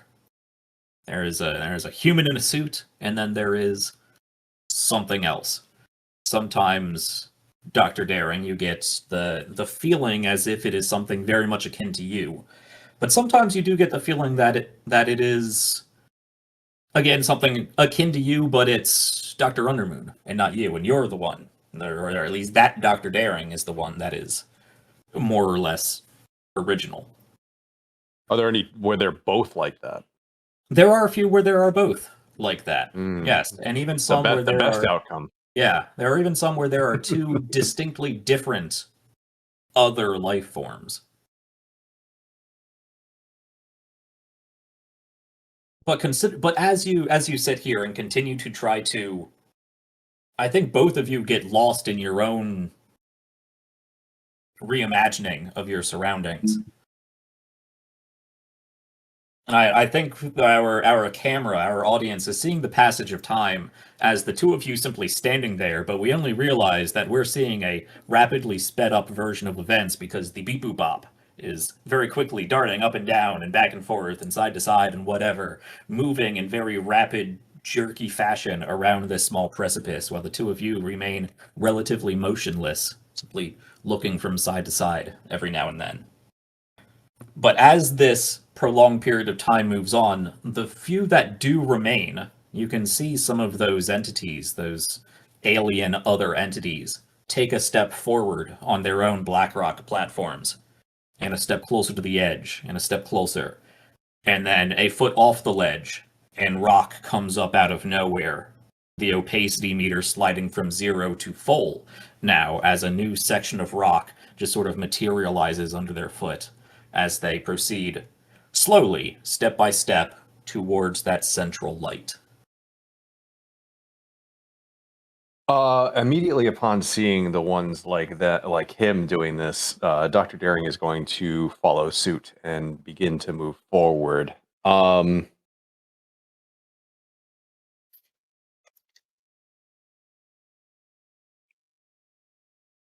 going to ask, is there a way for Dr. Daring to somehow communicate with these figures in his new form? How would you go about doing that? I think that the connection, I think he's going to focus on that feeling of connection. And he is going to try to use that feeling as a way, not even as a communication, but as a linking of the minds. Like that connection itself is something that he can use to transfer his consciousness into these other figures. What is the outcome you're trying to achieve with this? You more humanistic life forms would call it a hive mind of sorts, a way to bind together the wills of those who have his outlook in mind to try to work out together this puzzle as well as what is to come next. Okay. Well, I mean, that sounds like another think and sway. Yeah. Let's see them. Okay. Let's see where this goes. 6 of spades. Ace of spades. Okay. Which is basically a free card, because ace is 1. Right.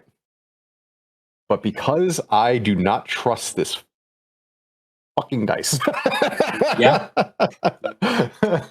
I am going to get rid of these to give me a +1, because apparently sometimes Wow.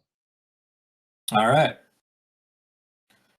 apparently that and is the you've only way been- that I can get this done. You've been decrementing your dice each roll? What? Trying to what's the word? There's a word that where you put the number you want at the top, so you can just like pick it up and try to roll. Oh, it. right. Yeah. Charge up the numbers. Charging it. Yeah. No, but previously you rolled a D8 and a D10. Every time you roll, you decrement I'm at a by half. D8 and a D6 now. Yeah. Yep, gotcha. Okay. All right. Yay. 5 and I 5. passed a roll. Holy 4 and shit. 11. All right. You got both of them. Yes, you can feel a merging of the minds.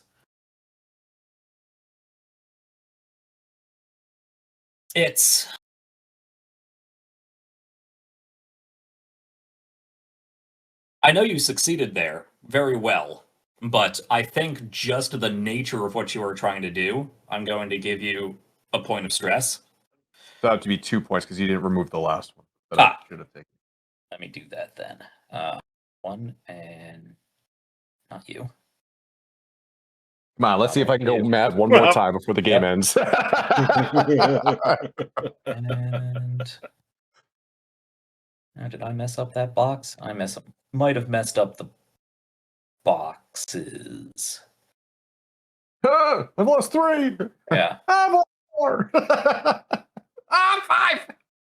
It's happening. It's Yeah. happening. There we go. All right. I got it. So, yes, you are able to do this, but it really does fracture your mind even more than before.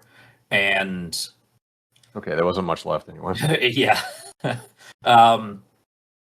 You are kind of losing yourself in all of this because you are connecting with entities that are not even just reflections of yourself. Sometimes they are reflections of Dr. Undermoon. Sometimes they are reflections of a completely different person. Some of them you connect with or you merge yourself with, and you realize you are seeing echoes of others that have been here for eons. Some quite far back in time. Some may even be ahead in time.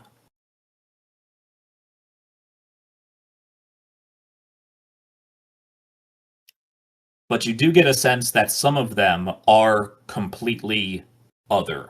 They are not just humans who metamorphosized into what you are or into other similar things. Some of them appear crystalline. Some of them appear almost slime-like, ooblex-like. Some of them are even seemingly synthetic, androids, robots. But you do get the feeling that some of them, perhaps all of them, perhaps even you, have been stuck here in this bubble, somewhere between the outside of the basketball and the inside of the basketball for time uncountable. Perhaps because it's such a large number, or perhaps because it's not a number at all. And in fact, you can look down, and I'm sure one of your, either your heads-up display or a sensor on your arm or something is a clock or a calendar or scheduling app of some kind. And you can see, probably Dr. Undermoon more than Dr. Daring, that whatever timekeeping device you have is going wild. You can see, if this was a cartoon, you would see the hands of the clocks quickly spinning in one direction, stopping, going backwards, pages of calendars being ripped off at just random years. 1643, 57 AD, 2143. Your chronometers in here are going crazy, and your perception of time, especially for Dr. Daring now, has been stretched to the point of almost snapping. No, I don't like this. Nope. No. I just put something in the chat for you both. This is what Dr. Undermoon is currently doing. Or Dr. Daring, I apologize. Oh, yes. That stereotypical eldritch horror of the head that is just rapidly flipping back and forth. Yeah. Yep. For the audience following along. Okay. So I think at this point, I don't want to hijack your character here, VI, but many of the others on those platforms have begun walking forward, and with each step, the platform seems to grow out of nothingness under their feet.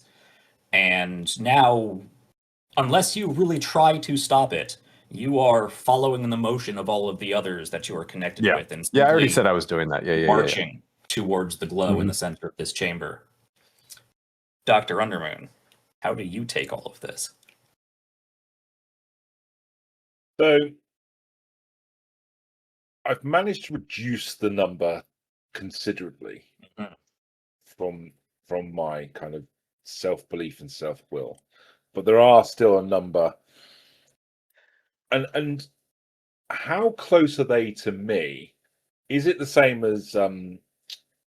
Daring in terms of there's lots of differences, or are they all very similar to my form as it is at the moment? I think since I'm the only one that defended any of it, I think that the only ones that are left are the ones that are like me. Because you were trying to destroy everything, and I was defending as much as possible the ones that were aligned to me. So I'm guessing that there are probably very little like you anymore. There are very few that are very similar to Dr. Undermoon. You perceive far less of them now, but there's still a lot of them, and you know you're only seeing so many because the curvature of the inside of this sphere, just fades into darkness. But you know there are others out there in the darkness. You can sense them. But you can't see them. Not that you can really make out any details of the ones that you can see. But you do recognize that there are other Dr. Undermoons out there. Many of them aren't faring all that well. But most of what does remain are those other alien types.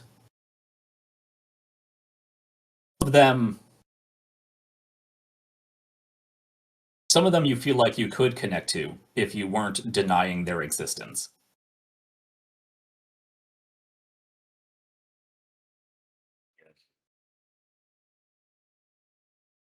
And he's got to continue to deny their existence because that's core to who he is.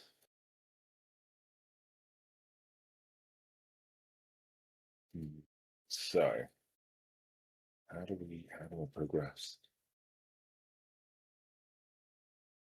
And we're all kind of starting to move forwards off our own volition at the moment. Is that correct? All of the others and Dr. Daring are moving forward, but not me.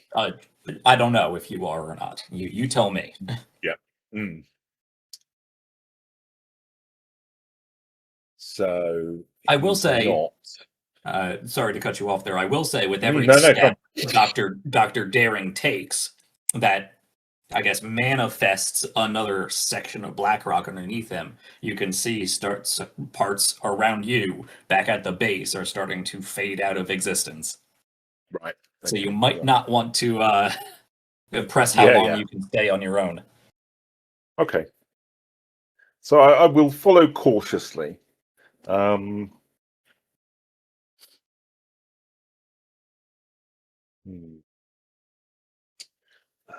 I...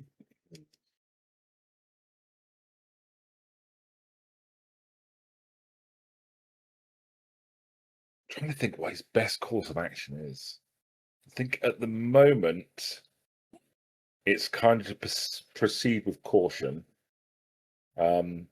following in Dr. Daring's steps, but maintaining this kind of, I guess, shield of identity is probably the best way to kind of describe it.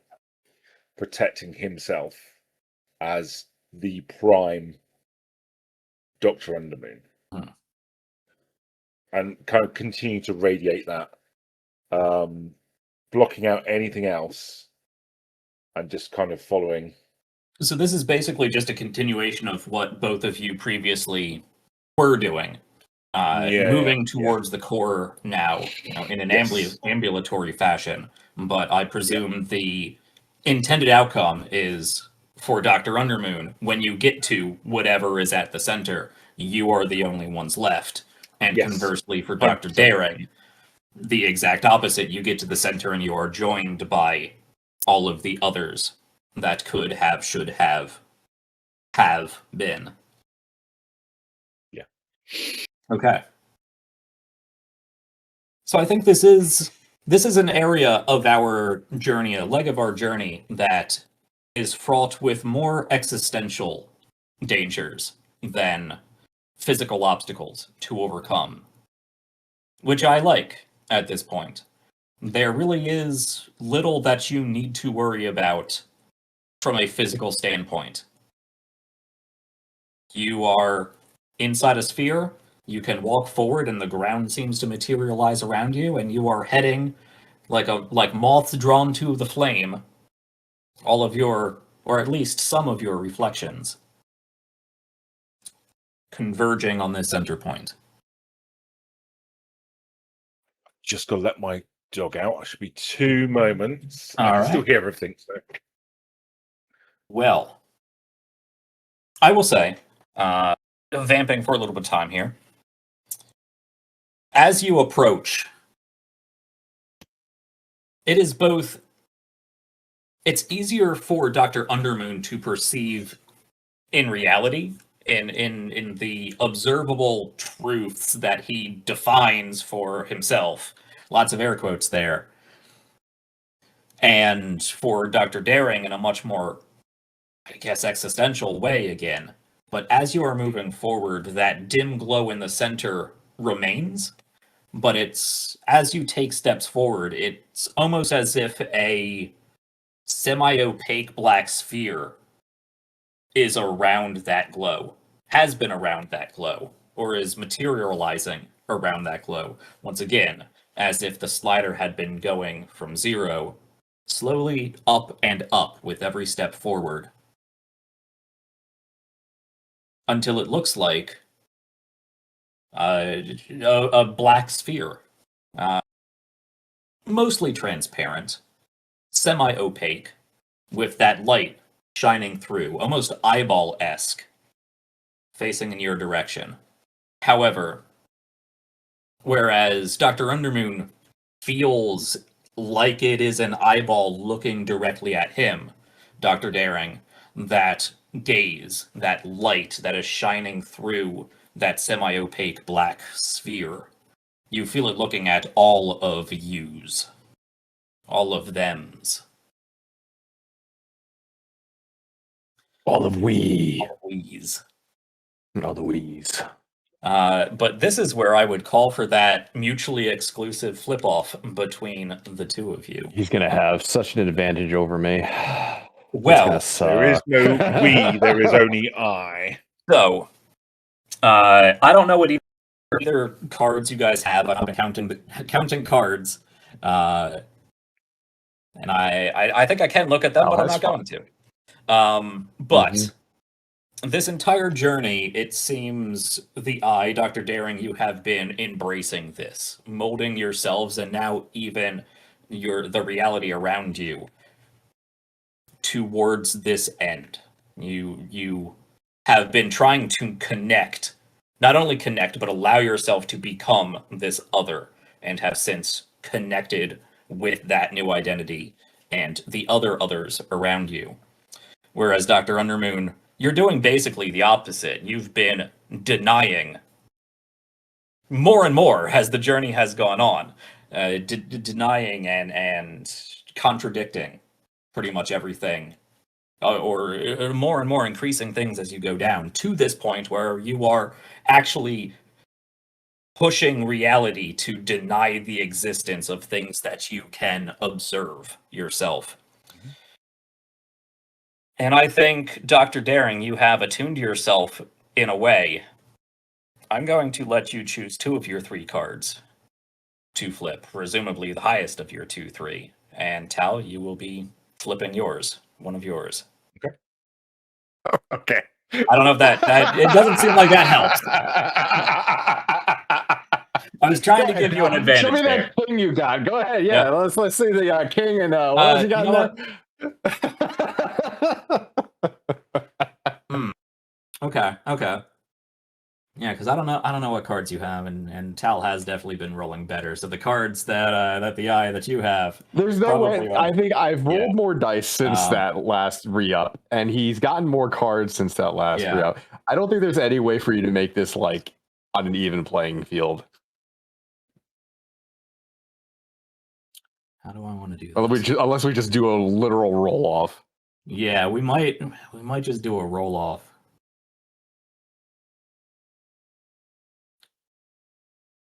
I have a 2, an ace, and a 6. Yeah. Yeah, it doesn't really feel exactly fair to make you guys play high card. I don't think that's gonna work. Unless aces beat kings. Right. No, I agree. What do I want to do with this? Do I want to make it a skill roll? I mean, it's got to be a skill roll.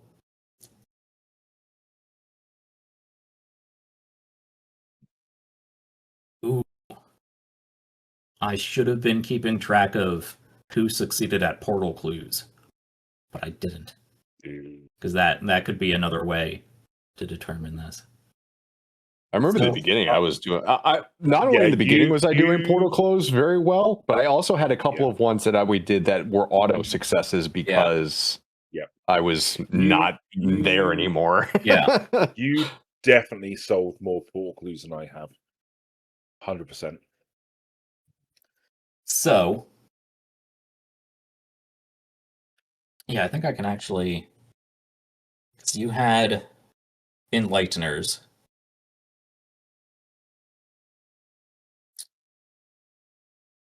You had the Triskelion. The Triskelion, the conflict. Conflict, yeah. Mm-hmm.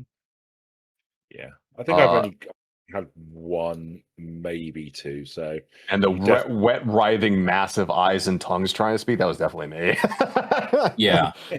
Well, I know you haven't... I think I had like 4. Yeah. I know you have gotten portal clues that you were not able to decipher. So I'm only counting the ones that you successfully deciphered. Mm-hmm. You've definitely still beaten me. Yeah. And then Cal, you had the I've had 2 bottled sun. Very most. Yeah.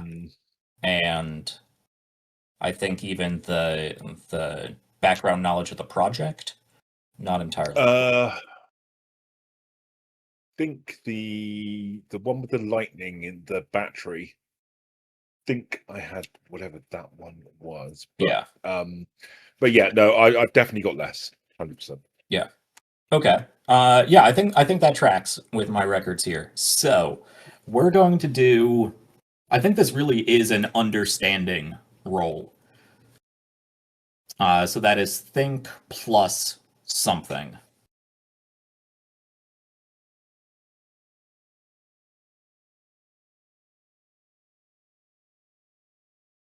And yeah, we briefly asked if the 2 of you wanted to take a breath here and reset all of your dice. Yep. Did you guys do that? Do you want to do that? Yeah. We did that before. I think we both did. Okay. Yeah, we did before. Yeah. Okay, gotcha. Yeah. Okay, so that is a think plus something of your choice, though I think just continuing what we've been doing, think and sway and think and break, I think are the 2 most appropriate, but I'm willing to hear. I mean, I have something. Okay.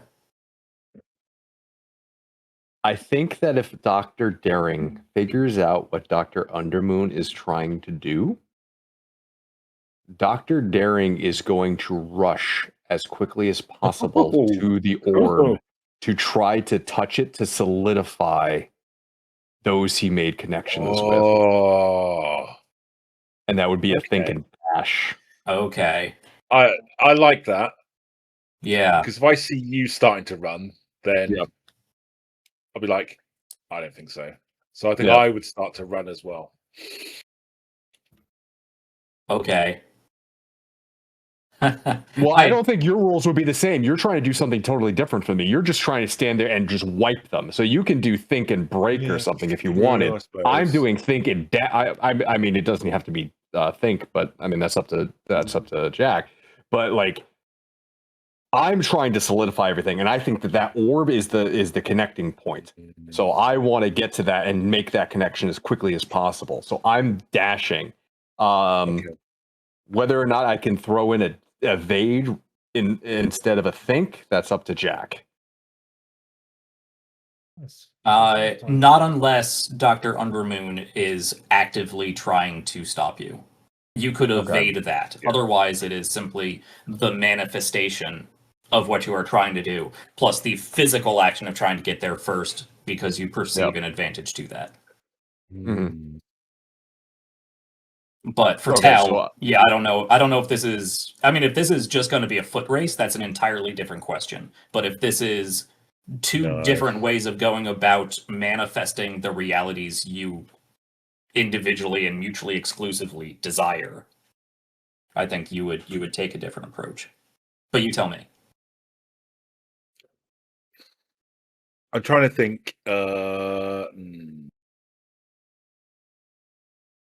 Like the way I'm perceiving this imagery is that. Okay. The way that I'm perceiving this imagery is that Dr. Undermoon suddenly stops walking and suddenly just looks at the other figures, and a weird ripple starts to extend outside of him and expanding out towards the other figures.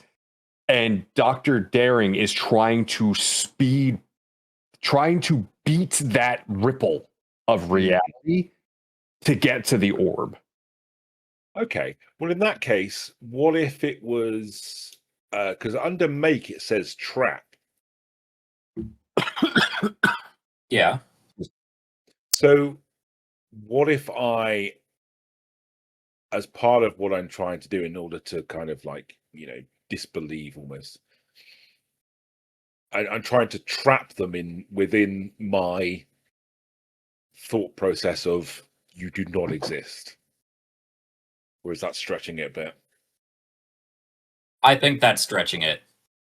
Yeah. Okay. Then it has to be. I mean, the only one I've got is break then, really, because nothing else quite works from that perspective. I mean, the evade, hide, shield, obscure, and I don't have psychic powers, so I'm just trying to disbelieve at this point. So that doesn't really work. Yeah. So it's got to be break. Yeah. Yeah. Think of break. There aren't any other choices. Nothing else really fits. Yeah. So mine is dash. Is okay. this going to be a straight roll off, or is it cards? I think so. Or... I think it's straight roll off. Okay. Yeah, so mine this is dash, and this will be a straight roll off, but I'm going to give the eye a +1.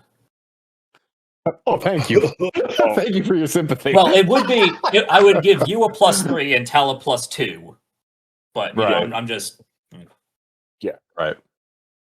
That's fine. The only thing was my second roll. Is it think? That doesn't really make sense in this position. The only other thing I can think of is swaying in terms of trying to slow his function in reality while I'm dashing forward. So this is a space that you have a limited ability to define.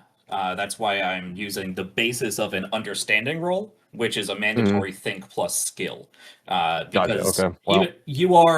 you're taking a more physical approach of dashing towards the center, but Yeah. it's again that fight scene between Neo and Morpheus in The Matrix where he says, "Is this air we're breathing? Are your muscles the reason I am faster than you are?" Your ability to redefine reality is competing against Dr. Undermoon's ability to redefine reality. It's just you're redefining it in different ways using different means. Gotcha. So what are you rolling, Tal? Not good. D8 and a D4. You know what's crazy? Go on. The same exact thing I'm rolling. Okay. Oh, really? Oh. All right, you ready? Oh, yeah. You ready to press enter? Well, I was going to do it at the same time. I did slash roll 1d4 plus 1d8. Hang on. I have it in. It's in the chat box. It's ready to go. I was going to say 3, 2, 1, and press enter. Where's flash roll? I don't know. So you put in the chat box. You type in slash roll space 1d4 plus 1d8. Slash roll space 1d4 plus 1d8. Okay. Ready? 3, 2, 1. 1. Oh, baby! I saw the 2 green 4s and I thought you both rolled the same thing, and I was just gonna stop. That would have been crazy, right?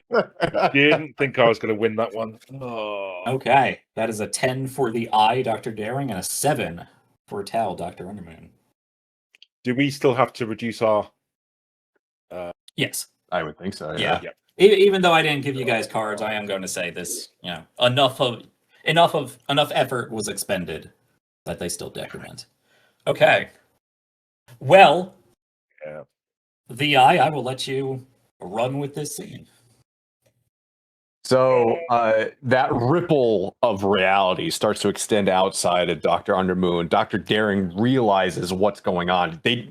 Maybe neither of them realized exactly what was happening up until this point, where Dr. Undermoon was deleting these other entities while Dr. Daring was trying to solidify and connect with them. But once that ripple of reality starts to expand outwards, Dr. Daring realizes and dashes forwards, and he is keeping ahead of that ripple by inches. And at first, it almost seems like it's going to catch up, but Dr. Daring suddenly gets used to these new retrograde legs, and with that extra burst of speed that somebody with those kind of legs would have, rushes forward and grabs onto this orb in front of him, as the other figures that also realized what was happening because of that mutual connection that Dr. Daring had gotten before all touch simultaneously in the exact same instant. All right.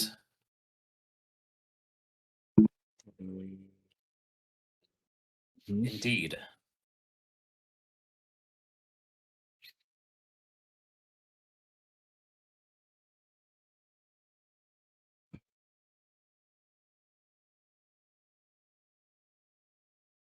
So, we see exactly as was described, all of these platforms beginning to elongate rather rapidly as almost all of the other entities on those platforms begin making a mad dash for the center.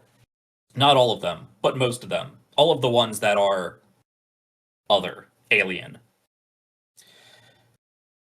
And the camera is going to follow them through that, and it looked to be that black sphere, that semi-translucent black sphere in which the glow was centered, originally looked to be still massive compared to the entire cavern, much smaller, but something that was hundreds of meters in diameter, as opposed to the hundreds of kilometers in diameter. But you get that weird camera distortion, space-time distortion that we've seen a number of times through this journey.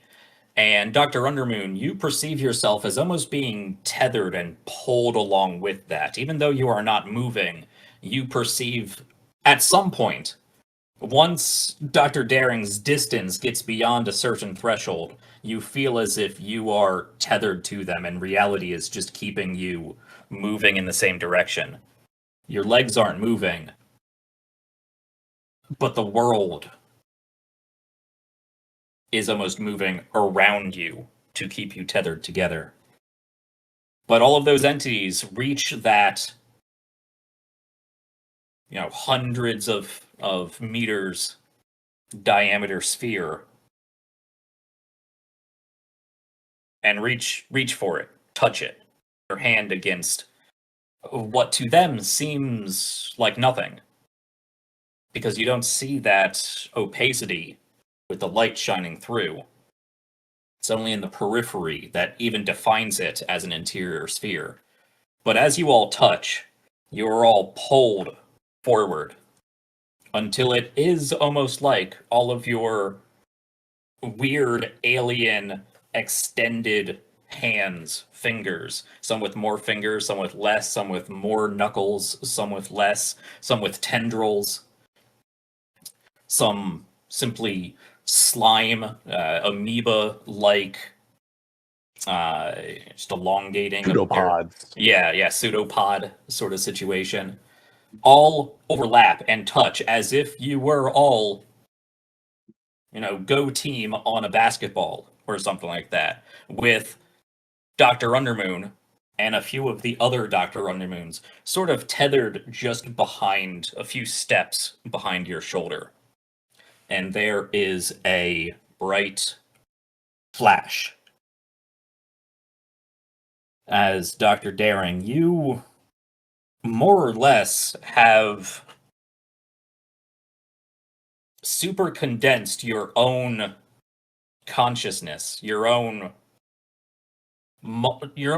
fractalized form into what now you might call a singularity, and have connected yourselves with it. Let me just refresh myself on... Yeah, so to get... This is the potential of getting another portal clue here. Now that I'm all of my dice are... Actually, no, I will roll this in because it was a contested roll, but that still should move the story forward in some way. You got both of those, both of your cards there that time, right? I believe so. Yeah. There were no cards. Well, there were no cards. Yeah, but you. Right. A 4 and a 6 versus 4 and a 3. Yeah. Yes. I will say that equals out to a successful study roll for a portal clue. Give me your king, Tal. Playing checkers. Okay. So, I would like you to roll me a d6, and as we've done before, you call high or low. Or you call 1's digit or 10's digit. Yeah. The 10's digit. Right. 4. So that's a 46. 46. Wouldn't it be great if that was a 6? We both got 6s. Got the 6 and 6. That'd be cinematic. Excuse me. That would actually. Okay. Oh God. You know what? You connect all of yous, the wees, all of yous guys. Bring my jersey yous guys. Out. The 2 Utes. Yep. all of yous. Yep. As you touch it and reality sort of ultra condenses, in that split moment, you understand that the light inside there is sentient, sapient, and far more alive than you are. Far more sentient, far more sapient than you are. There is an intelligence far beyond what you are, or what yous are. And then there is a flash. And it goes dark. And we will figure out where you are next week on At Its Core. Because you are now very much titularly at its core. No. And you know what? Why did you do that?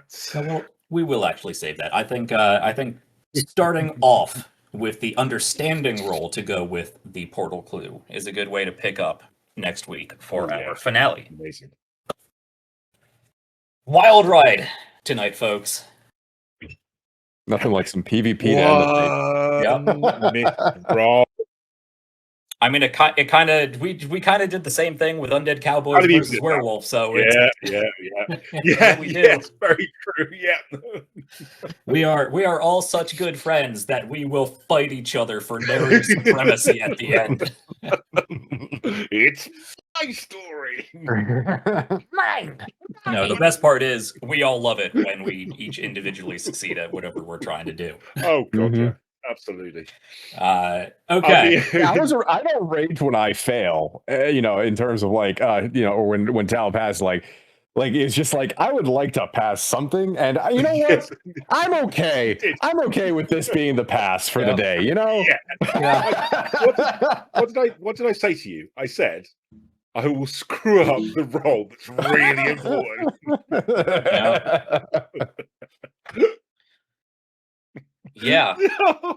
So I'll give a quick think, or I will give a think to where we pick up with this next week. But next Thursday, 7 p.m. EST, as usual, we will be back with the finale of At Its Core, and that means we are finally getting to the portal itself, what that actually means, and our scientists here, specifically our two players here, will be forming their final hypothesis and rolling to see how well all of these portal clues help to come together to define their understanding of the portal enough to enact enough change, enough agency over what is going on to, in some way, whatever that means to whoever gets it, save the world.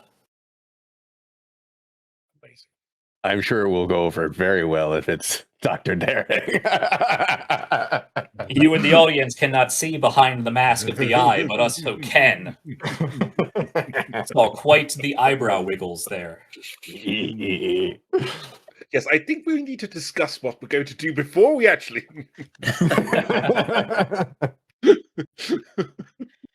No, don't do that. No. Dr. Mongermoon will be the only human left.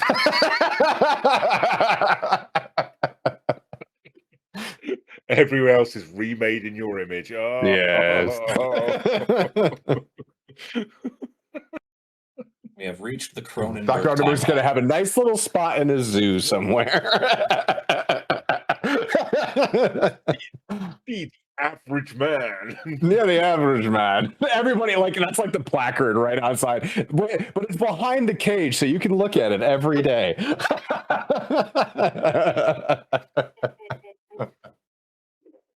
Great.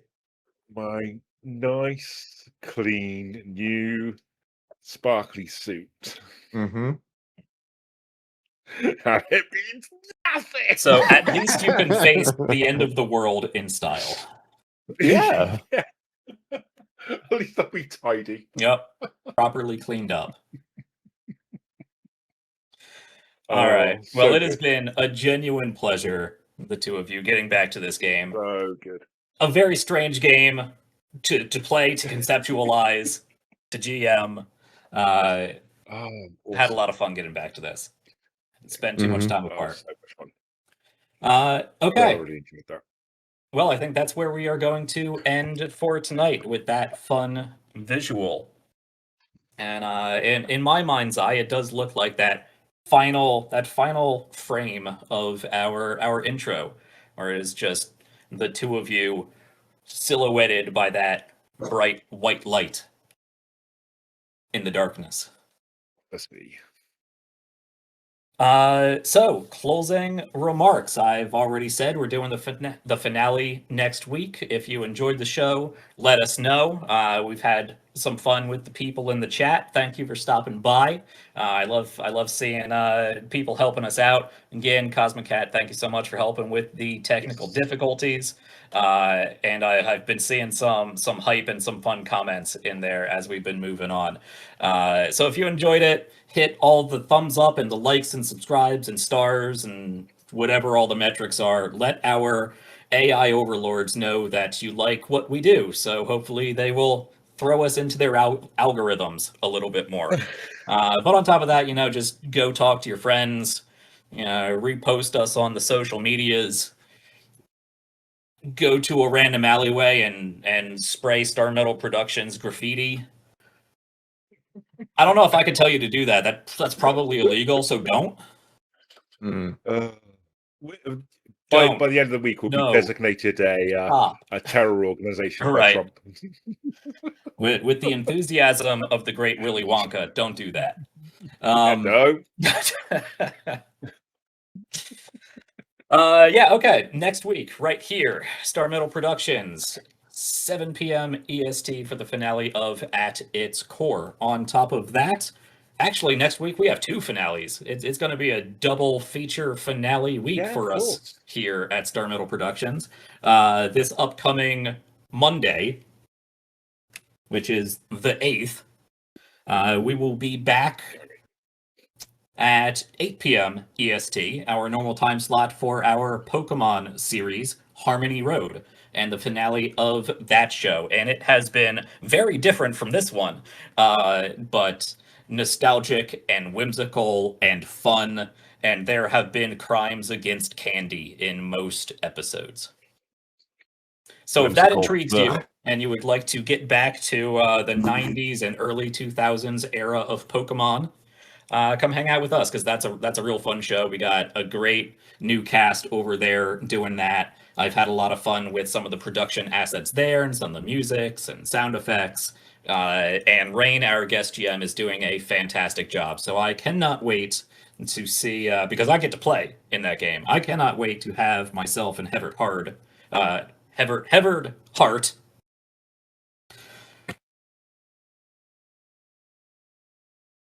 see what that finale is like. I'm having a lot of fun with it. Other than that, we're going to be toning ourselves down for the end of the year. Anyone who has done this or followed along in other similar channels knows that the end of the year is a scheduling black hole. So we're going to rest up after these 2 finales, have more discussions, more production meetings about what is coming in the next year, because we have a lot of ideas and we are on the way to at least a couple of them.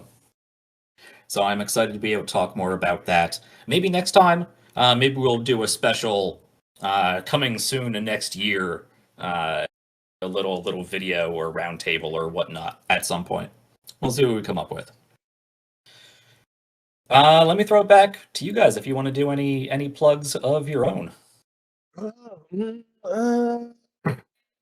No, just obviously we've got stuff on the YouTube channel. So, if you've missed any of our shows, including our first arc, which was Undead Cowboys versus Werewolves, it's all available on the YouTubes. So do pop across there, have a look at some of the stuff we do, and obviously every kind of like and share and follow really means a lot to us. We've had a great year this year, and we're just getting started, but your support means a lot.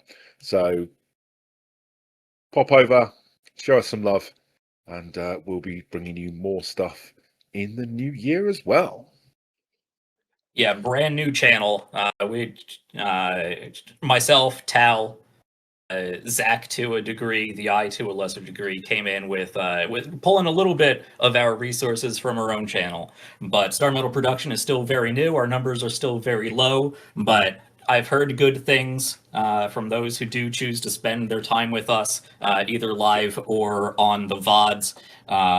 You guys have been a great, very welcoming community in the comments that we have seen. So thank you for that. And in addition, because we really are just starting off with this channel, the likes and the reposts and the subscribes and thumbs up and all of that goes a huge way. Dropping comments, it all goes a huge way. So every little thing really helps. And we would really like to build up this channel to get more guest GMs on, get more cast on, work to being able to afford more production value. Be able to afford more shows, more games. Paycast is always something I've wanted to do because I want to put in a professional level of quality into this, and I know a lot of our cast partners here, these two, do as well. So the more we can grow this channel, the exposure, the hype, and eventually maybe the money. Though I know we're all in a weird space with that right now, but. Anyway, this is a long ramble of saying thank you for being a great audience. And just an answer to Cosmic Cat, yes, it is. Dr. Sabastian's player is the fellow who does the BG3 content. That is correct. Yes. Yes. Yeah. As well as a number of other games. Your first hour-ish and whatnot. Yes, so whenever I can pick one of those, and then I think we're going to kind of discuss some more stuff along those lines in the future as well. So, yes, it'll be a mixture of games and TTRPGs. Yeah. So all the cool stuff. High hopes for 2026. Hopefully, it doesn't fight us as hard as 2025. It's been a rough year, to say the least. It has. But yeah, all right. So we're all looking forward to the new year. Any pearls of wisdom from beyond the Eldritch Curtain? Let the darkness envelop you. That's what I keep trying to tell Tal, and he never listens. Always good advice. Look, I live in the UK. It's dark all the time. I don't know what you're talking about. And you keep fighting it.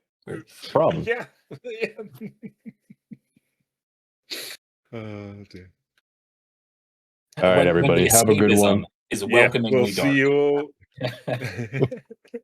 We'll see you all next week. Take care, everyone. Happy time zone, folks. Catch you next time.